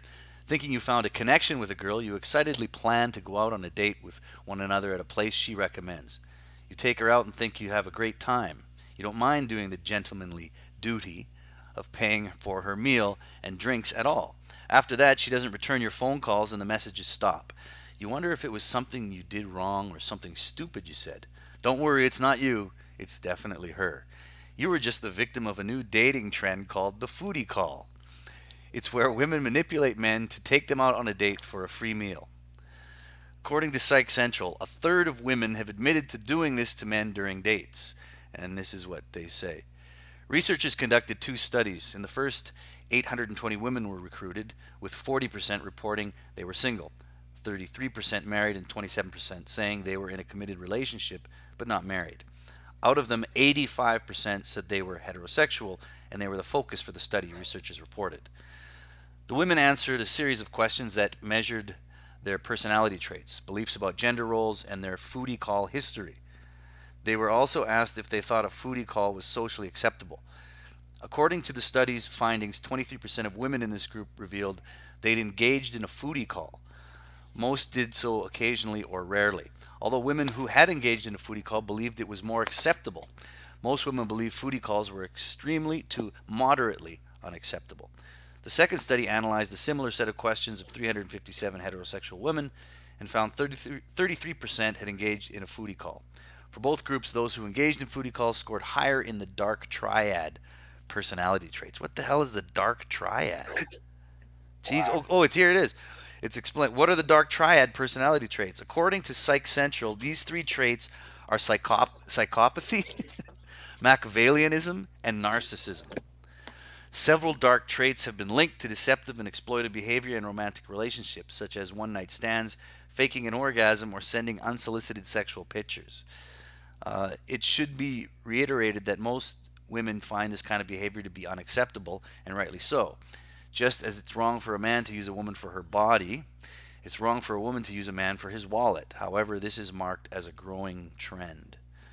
One thing that they did note in the description of the study was that the women who do this tend to also have a connection about their beliefs of gender roles. Interesting. Though it's not said which specific questions is asked of the women who participated in the study, which I find interesting. It's my theory that it's not so much a belief in gender roles, but an awareness of societal standards which these women are clearly manipulating. A belief in gender roles may cause a woman to seek a provider over the long term, and would thus be entering a relationship with a suitable man. A manipulator of the gender roles is clearly pleased with being single and only seeking a provider for a night just to score a free meal. The sad thing is that if this trend continues to grow, then two things will happen. One, more women may engage in the practice thanks to the rise of feminist ideological nonsense being pumped into our society from every mainstream angle. Men seeking partners will become victims of women with ill intentions. This will then lead to the second occurrence of men distrusting women. Men will begin to give up their duty of paying for women's meals over fears that they're just trying to score off of him. The dating scene is already precarious over the fears that at any time a man could be accused of harassment or even rape over something innocuous or a later regret by the woman. The divide between men and women, already widened by social justice tinkering in the mainstream media, will grow larger. End of article. Now that's the one that you wanted me to point on, and that last part, I think, is what we missed the last time, right? Mm-hmm. The dark triad. No, but yeah, yes and no. But anyway, it doesn't matter what part I missed, because actually in the article, the other article was that it was a homosexual male being used for a foodie call by another homosexual male. Oh, that's right.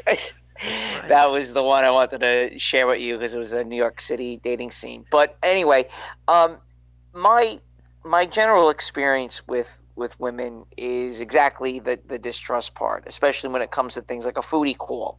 My problem with women today is it just attention that you want? Am I just a plaything to text you when you're bored at your job? And that's why I tend to really try to strike the iron when it's hot. Like, look, let's go out. This is the date we're going to go out. If you're not going to, if you're going to flake, if you're not going to meet me here, that's it. You're done. I cut you off. I'm not bothering texting you anymore because I know you're just pulling my chain and wasting my time. And even myself, I've been victim of a foodie call more than once. So, and I see this being more prevalent amongst Western women. Where they kind of just exploit men because it's encouraged now in Western society to exploit men. Interesting, because I'd never heard of the dark triad, actually. I never heard of that too, but it kind of summed up, the general narcissism and no empathy attitudes that has become much more commonplace with Western women. You always judge how far gone your society is based on how many women are in jail. And I think there is an uptick on women going to jail now, which means women are becoming less empathetic and more psychopathic. Yeah, and that whole, it said that the point of that article was that it was a third of women. That's a lot of women in a study. That's a lot. That's a lot, man. Well, women don't really have a good concept of saving money for a rainy day. Men do. Mm-hmm. Men understand that they don't have hypergamy. They can't fuck their way out of a bad situation. Now, can they? No. So we got to plan. We have to plan long term for our retirement because no one's going to be taking care of us. We may not have children, so we won't have an offspring to take care of us when we get old. Okay, right. So when it comes to the foodie call, women are too busy spending their money on ladies' night out. Girls' night out, a Coach pocketbook, and blowing $3,000 on a studio apartment in Chelsea District in New York City. So that's where their money goes to in the short run.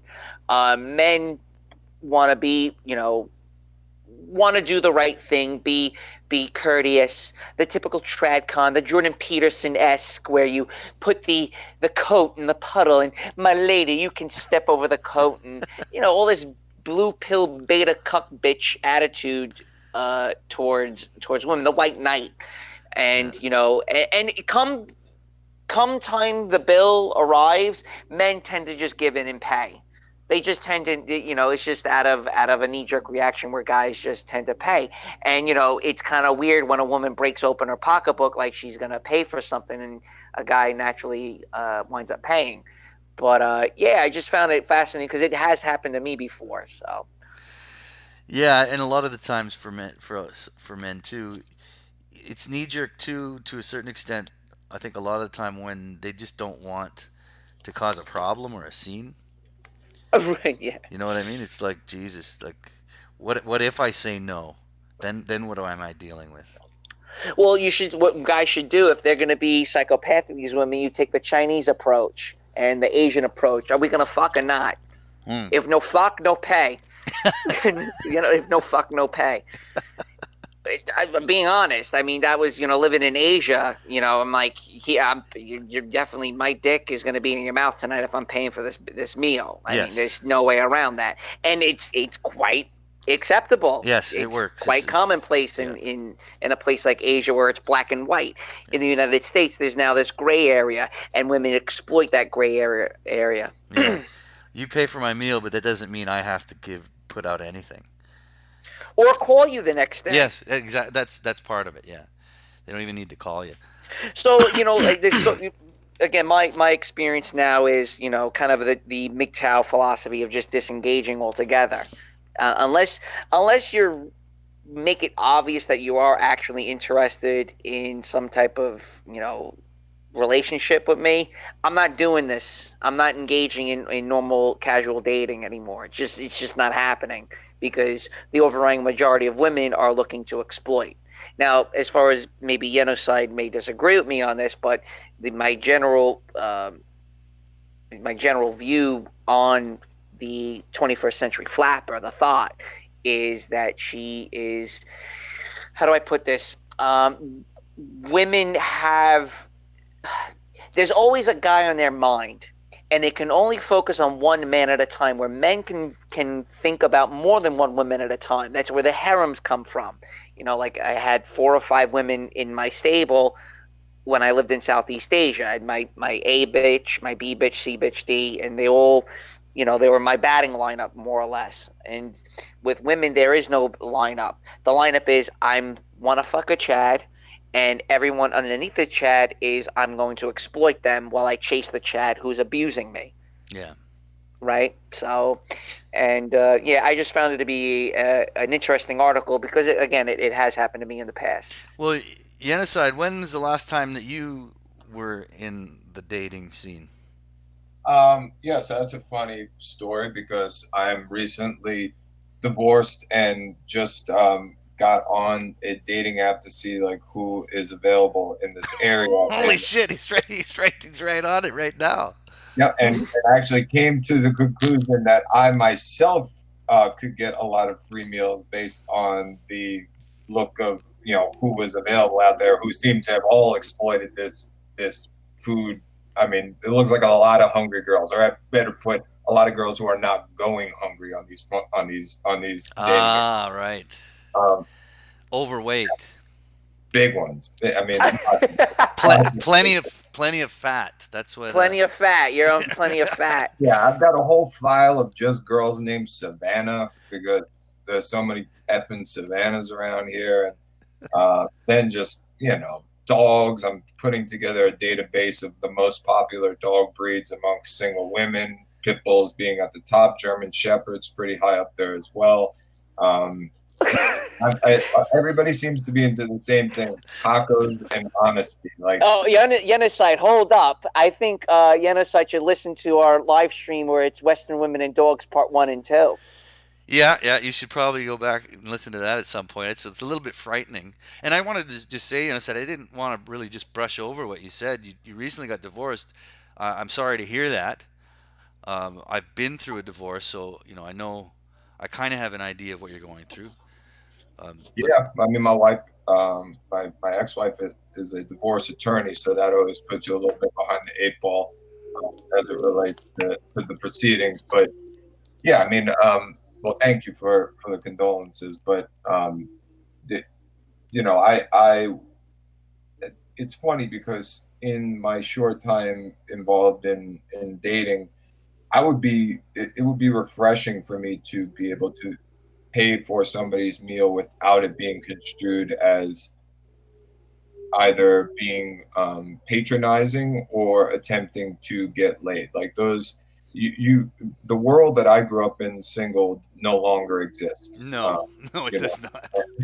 you can't go up to somebody and talk to them at a bar. In some cultures, you would be married. You know, like that. That's people look at you like you're fucking crazy. So I had to go on a dating app, and I've got like 36 conversations going on right now because nobody, they just want to chat. Nobody wants to meet. You meet, and it's like, everybody just wants to hop into bed. It's a disaster. It's a dead end for the most part with the dating apps and having these type of conversations online. It's very ambiguous. You don't know what people's motivations really truly are, which really damages the social cohesion between men and women. Because, like I said, if you go out with this woman that you're talking on Tinder, who's to say she's just using you for a meal? That's the point of the article. Well, yeah, no, that's what I'm saying. A lot of these women, I would assume that naturally are in need of a meal, but I'm not going to, I'm not taking any of these girls out to fuck. Are you kidding me? Like that's not happening. But well, what are you setting the age range at? Are you setting it more towards your age, or are you going, on Tinder? Or whatever, it doesn't matter. I go 0 to 100 within like 500 miles. With 200-mile radius. Yeah, the craziest ones I could find. I got to show you these files I've created with. I mean, oh, this is hysterical! You're doing the same thing I'm doing. Or you're creating creatures. I had no idea there were this many woodland creatures around here. Freaking bunnies, little dogs. It's just like, why would I find this attractive? Why do I want to see a picture of you and your daughter? No eyes, like get out of here. But pizza, Starbucks, puppy. Yep. Damn. Honesty and tacos. Like honestly, I just want your taco and leave me alone. I don't want to talk about fucking Game of Thrones. But on more respectable ones like Hinge, 25 to 33. All right, yeah. Yeah. Procreating age.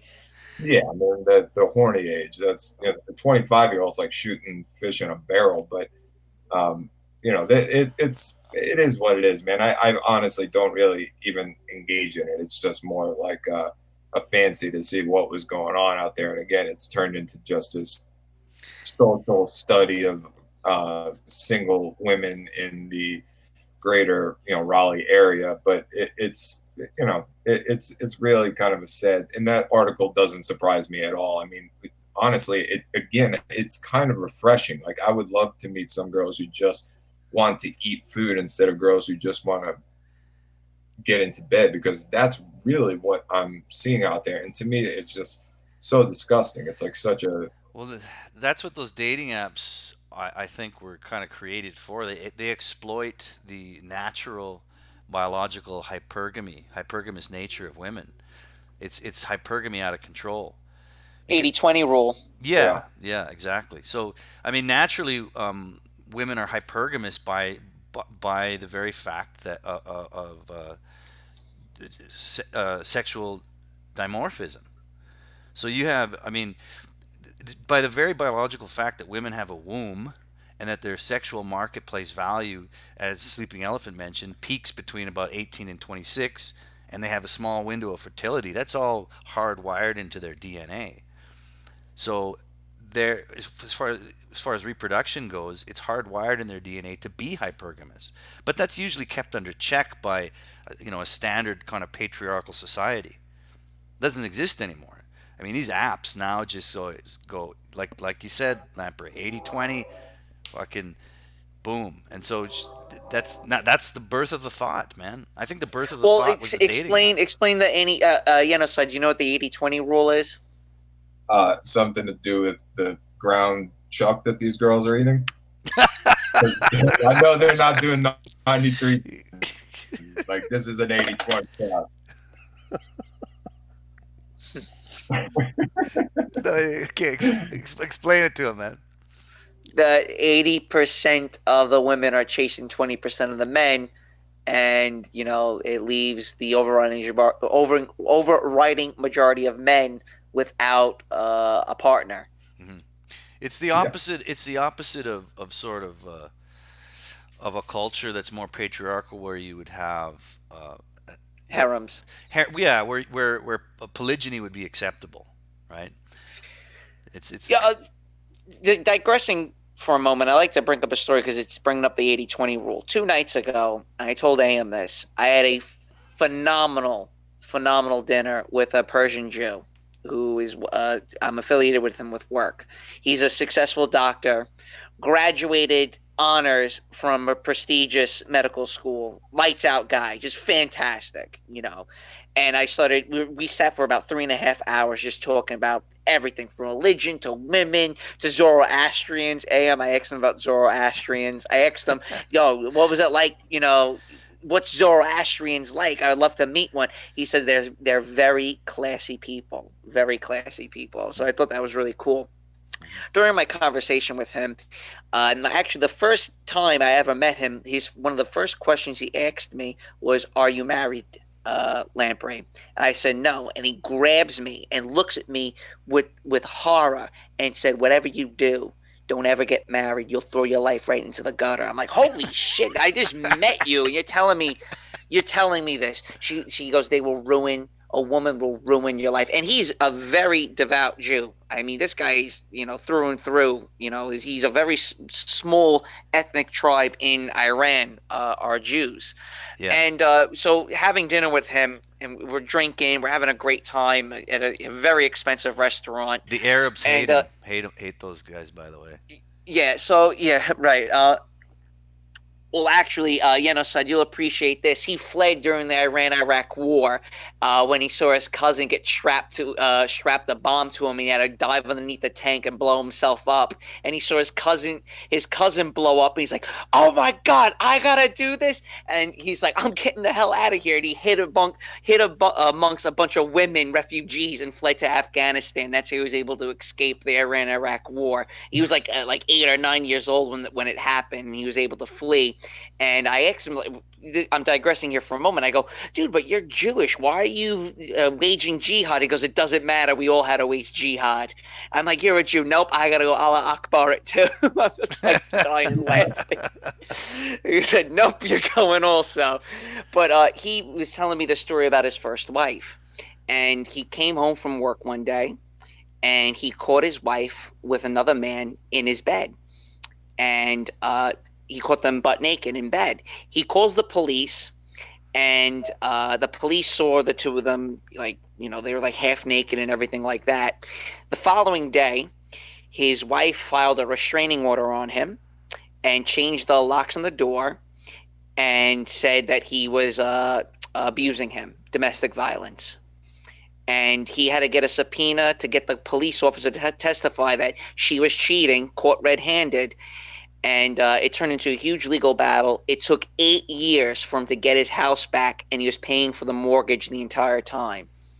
Wow. And he wasn't able to see his kids or anything because she said that he was abusing him. She was abusive relationship, and that's why I had to go and cheat on him.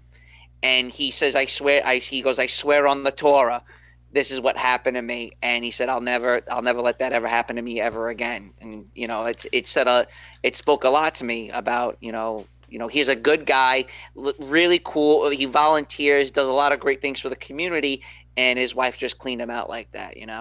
I'll never get married again. Never. Right. I'll never. Said just like your dad. Yeah. Right. Yeah. Is that what your dad said too? Oh yeah, but he did. My dad got remarried. Right. Quickly, M says Muslims tend to hate Jews. No, going back to when I said the Arabs hate those guys, what I meant was the Arab Muslims despise the Persian Muslims. You would never. Right. You would never have. If you had one of each of those guys in a room together, one would leave, and the other would be dead. Well, in Iran, it's much more nationalistic. So there's Zoroastrians, there's Jews, and there's other enclaves inside Iran, and they kind of fall underneath the whole Persian. They view themselves as Persians first before Persians. Muslims. Yeah. A Persian. He views himself as a Persian. Yeah. So, a safari or whatever. Yeah. But yeah, I mean, that was just one horror story, and there's so many of them out there. But going back to Yenocide's experience now, I think as you get older, you become much more. You're not driven by your dick nearly as much, and you tend to have a much sizable war chest. You tend to have your shit together, and women tend to see that as being much more attractive. And I always joke that men are at their absolute bottom, the worst, as far as their market value at the age of 18, and women are at the very top of their value at the age of 18. And most societies usually got the two sexes married at that time when the man is at his absolute worst and the woman is at her absolute best. Yeah, that's a good point. And now we kind of, the baby boomer tells the daughter, you can be an astronaut, honey. You can get married at 40. It's okay. And, there was, I think a lot of it also, we tend to bash baby boomers, but, our grandparents really dropped the ball too.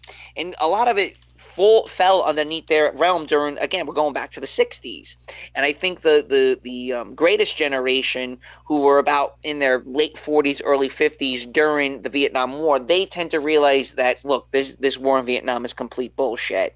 And you know what? All this that we're being told is, in fact, a complete lie. So go out there and protest. But at the same time, they didn't leave, I don't know how to put it, but they didn't really teach the baby boomers, look, you still gotta do X, Y, and Z. Again, the baby boomers had a foot in one world and a foot in the new world. Foot in the old world where it came from the greatest generation, and a foot in the new world where, again, it's kind of this, liberal attitude. If it feels good, do it. Why not do it in the road?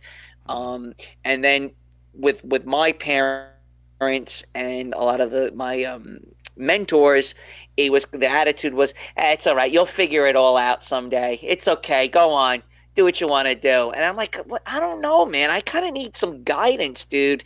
And it came to the point where I'm like, fuck it, I'm moving to Southeast Asia. So, and I think where we're heading now, and especially with people like my little brother's generation, they're going to be very staunch conservatives where they want some form of guidance.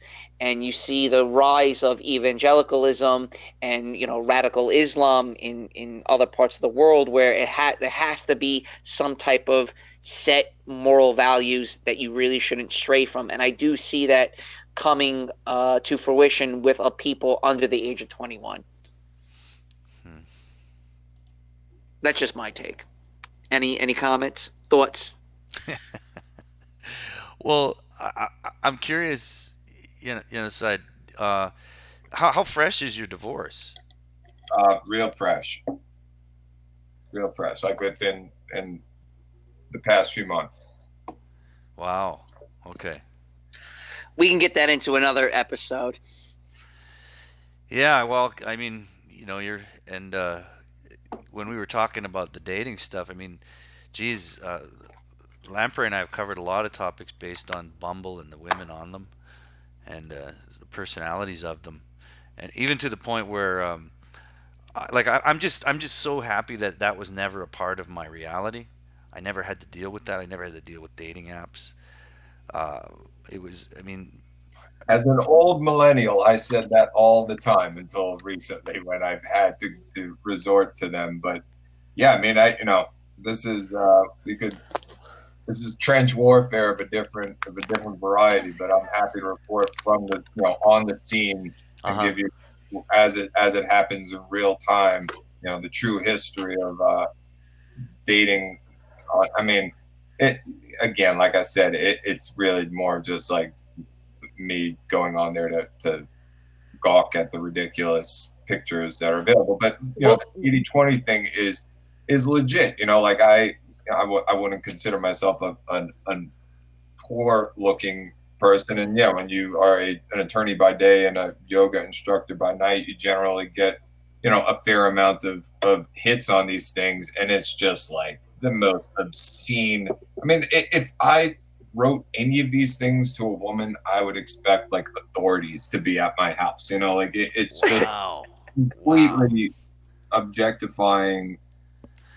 Whatever that 20% is, like they're coming with harpoons. Like they're not fishing. They're coming to just track you down and strap.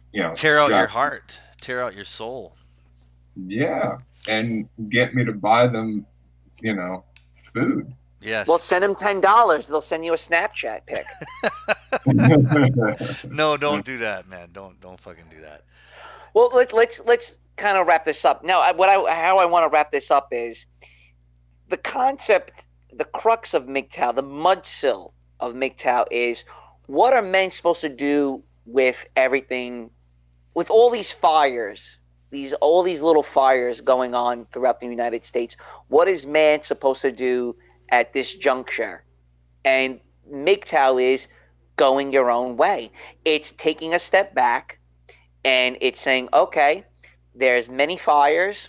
I can't put them out.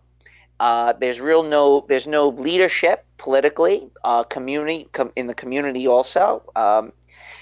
So why not just disengage, focus on yourself, take care of yourself, and not really give a flying fuck about James Bond being a tranny now. Yeah. That's really what it comes down to.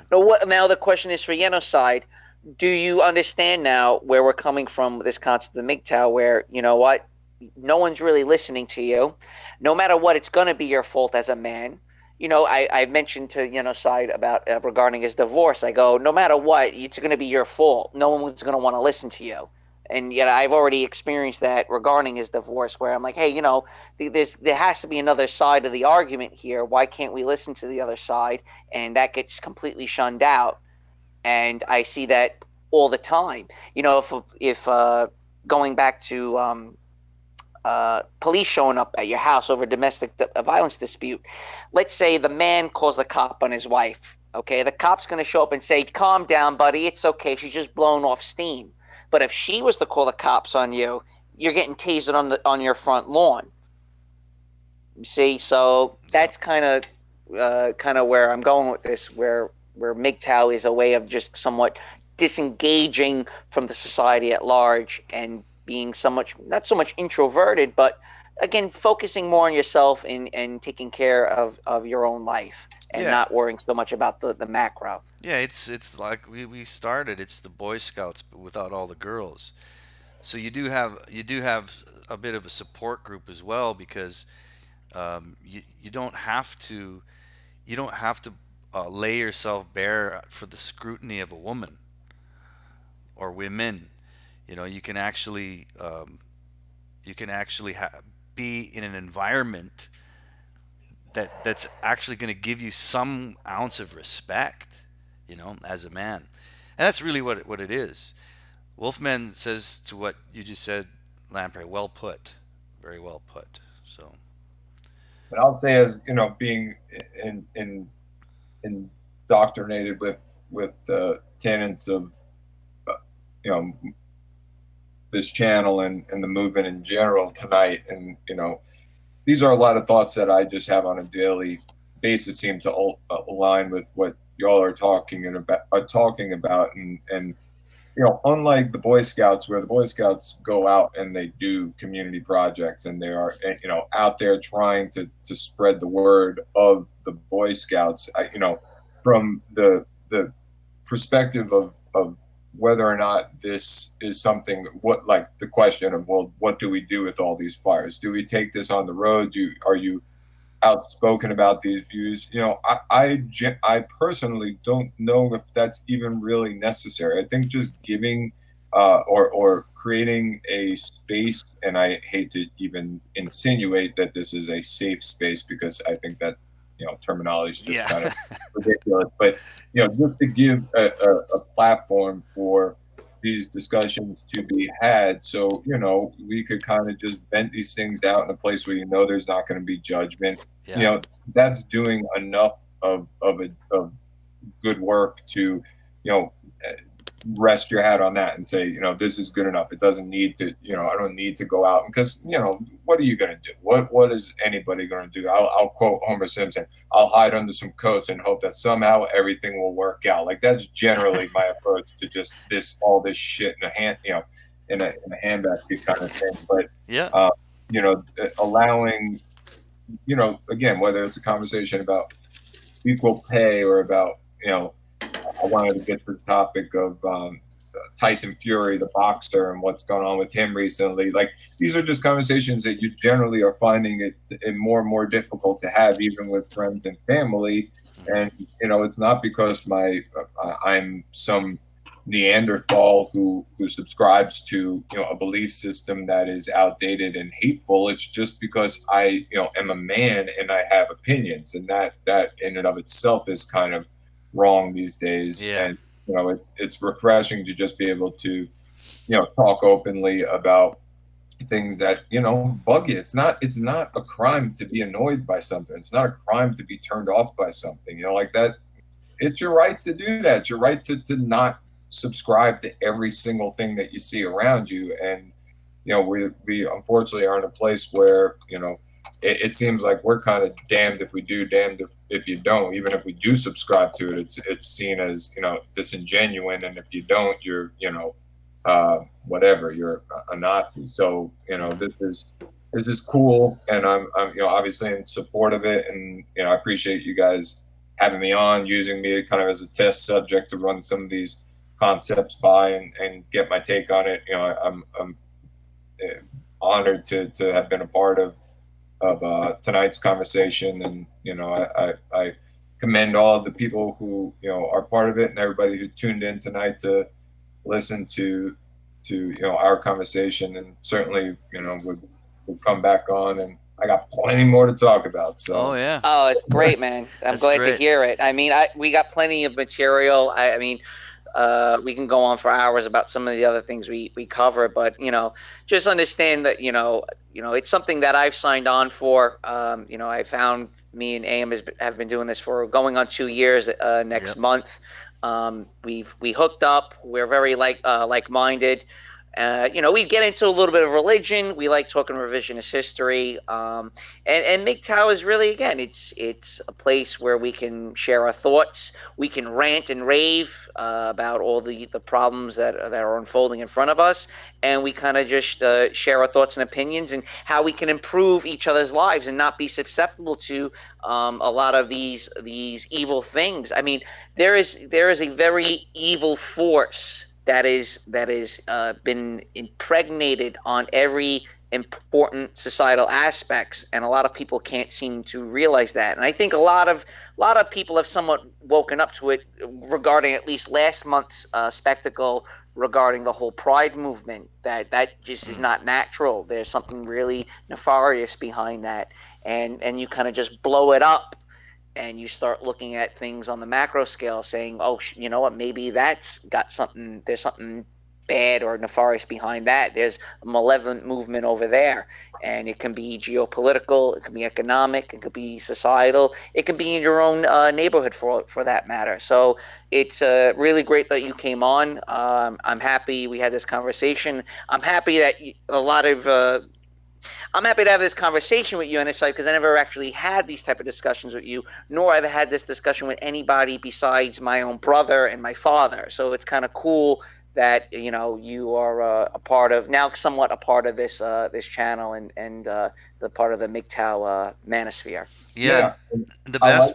The anonymity of it is refreshing, because I think a lot of this discourse happens, publicly. People are willing to kind of flesh out ideas and emotions and rage, in a way that, when I refer to it as a safe space, not necessarily that I feel safe voicing my opinions here, but I think it's safe to, to have like a combustion chamber where you could go in and just speak about things that are unpopular, or you may be wrong about. Like, I'm not righteous enough to come on here and say that everything I said tonight is an absolute truth and I am right and I am correct and my opinions are the only ones that matter. I realize that is completely ridiculous to think that. But, you know, when you go on public forums and you say these things out loud, you're pretty much putting, you know, signing your name to it that you believe in this strongly enough that you're willing to broadcast it to the world. Whether or not you believe that tomorrow or in a month from now,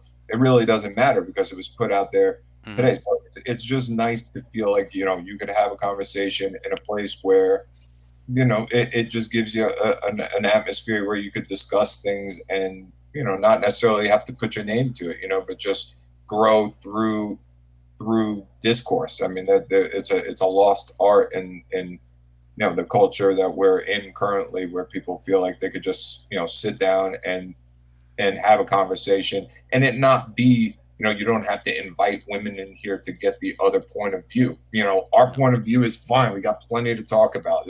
It's not necessary to include everybody in your conversation. It's just, that's right. Nice to be able to do it. I think the danger, though, is that there is no one really discussing these things on the bigger scale. There are very few people willing to have these type of conversations on a bigger scale. A lot of people point to Jordan Peterson. I don't know if you're familiar with Jordan Peterson, yes or no? Yeah. Okay, Jordan Peterson was going to be this, you know, somewhat of a leader. I actually thought he might be a political figure for Canada, and he turned out to be nothing but a shill and a sellout. We see that Trump is now become somewhat of a stooge of the ruling class, unfortunately.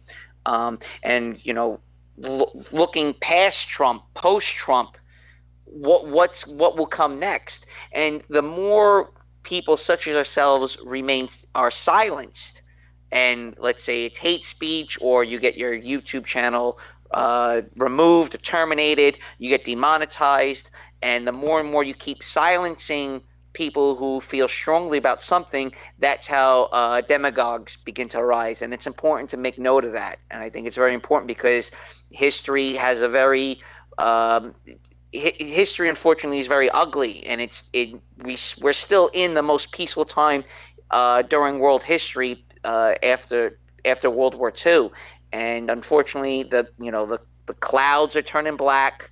There's a wind blowing, and you know, I just see something really something bad happening long term. Hopefully, not during our lifetimes, but you know, if America keeps going in this direction that we're heading on, I don't see a very bright future. I mean, overall, I mean, economically, socially, what have you.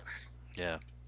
Well, I wanted to add too with what Yenocide just kind of ended with, is that there's a saying that Owen Benjamin, the guy we were talking about earlier, says. I don't know if it was his quote or if he got it from somewhere else, but he often says, "Look, I might be wrong, but at least I'm not lying."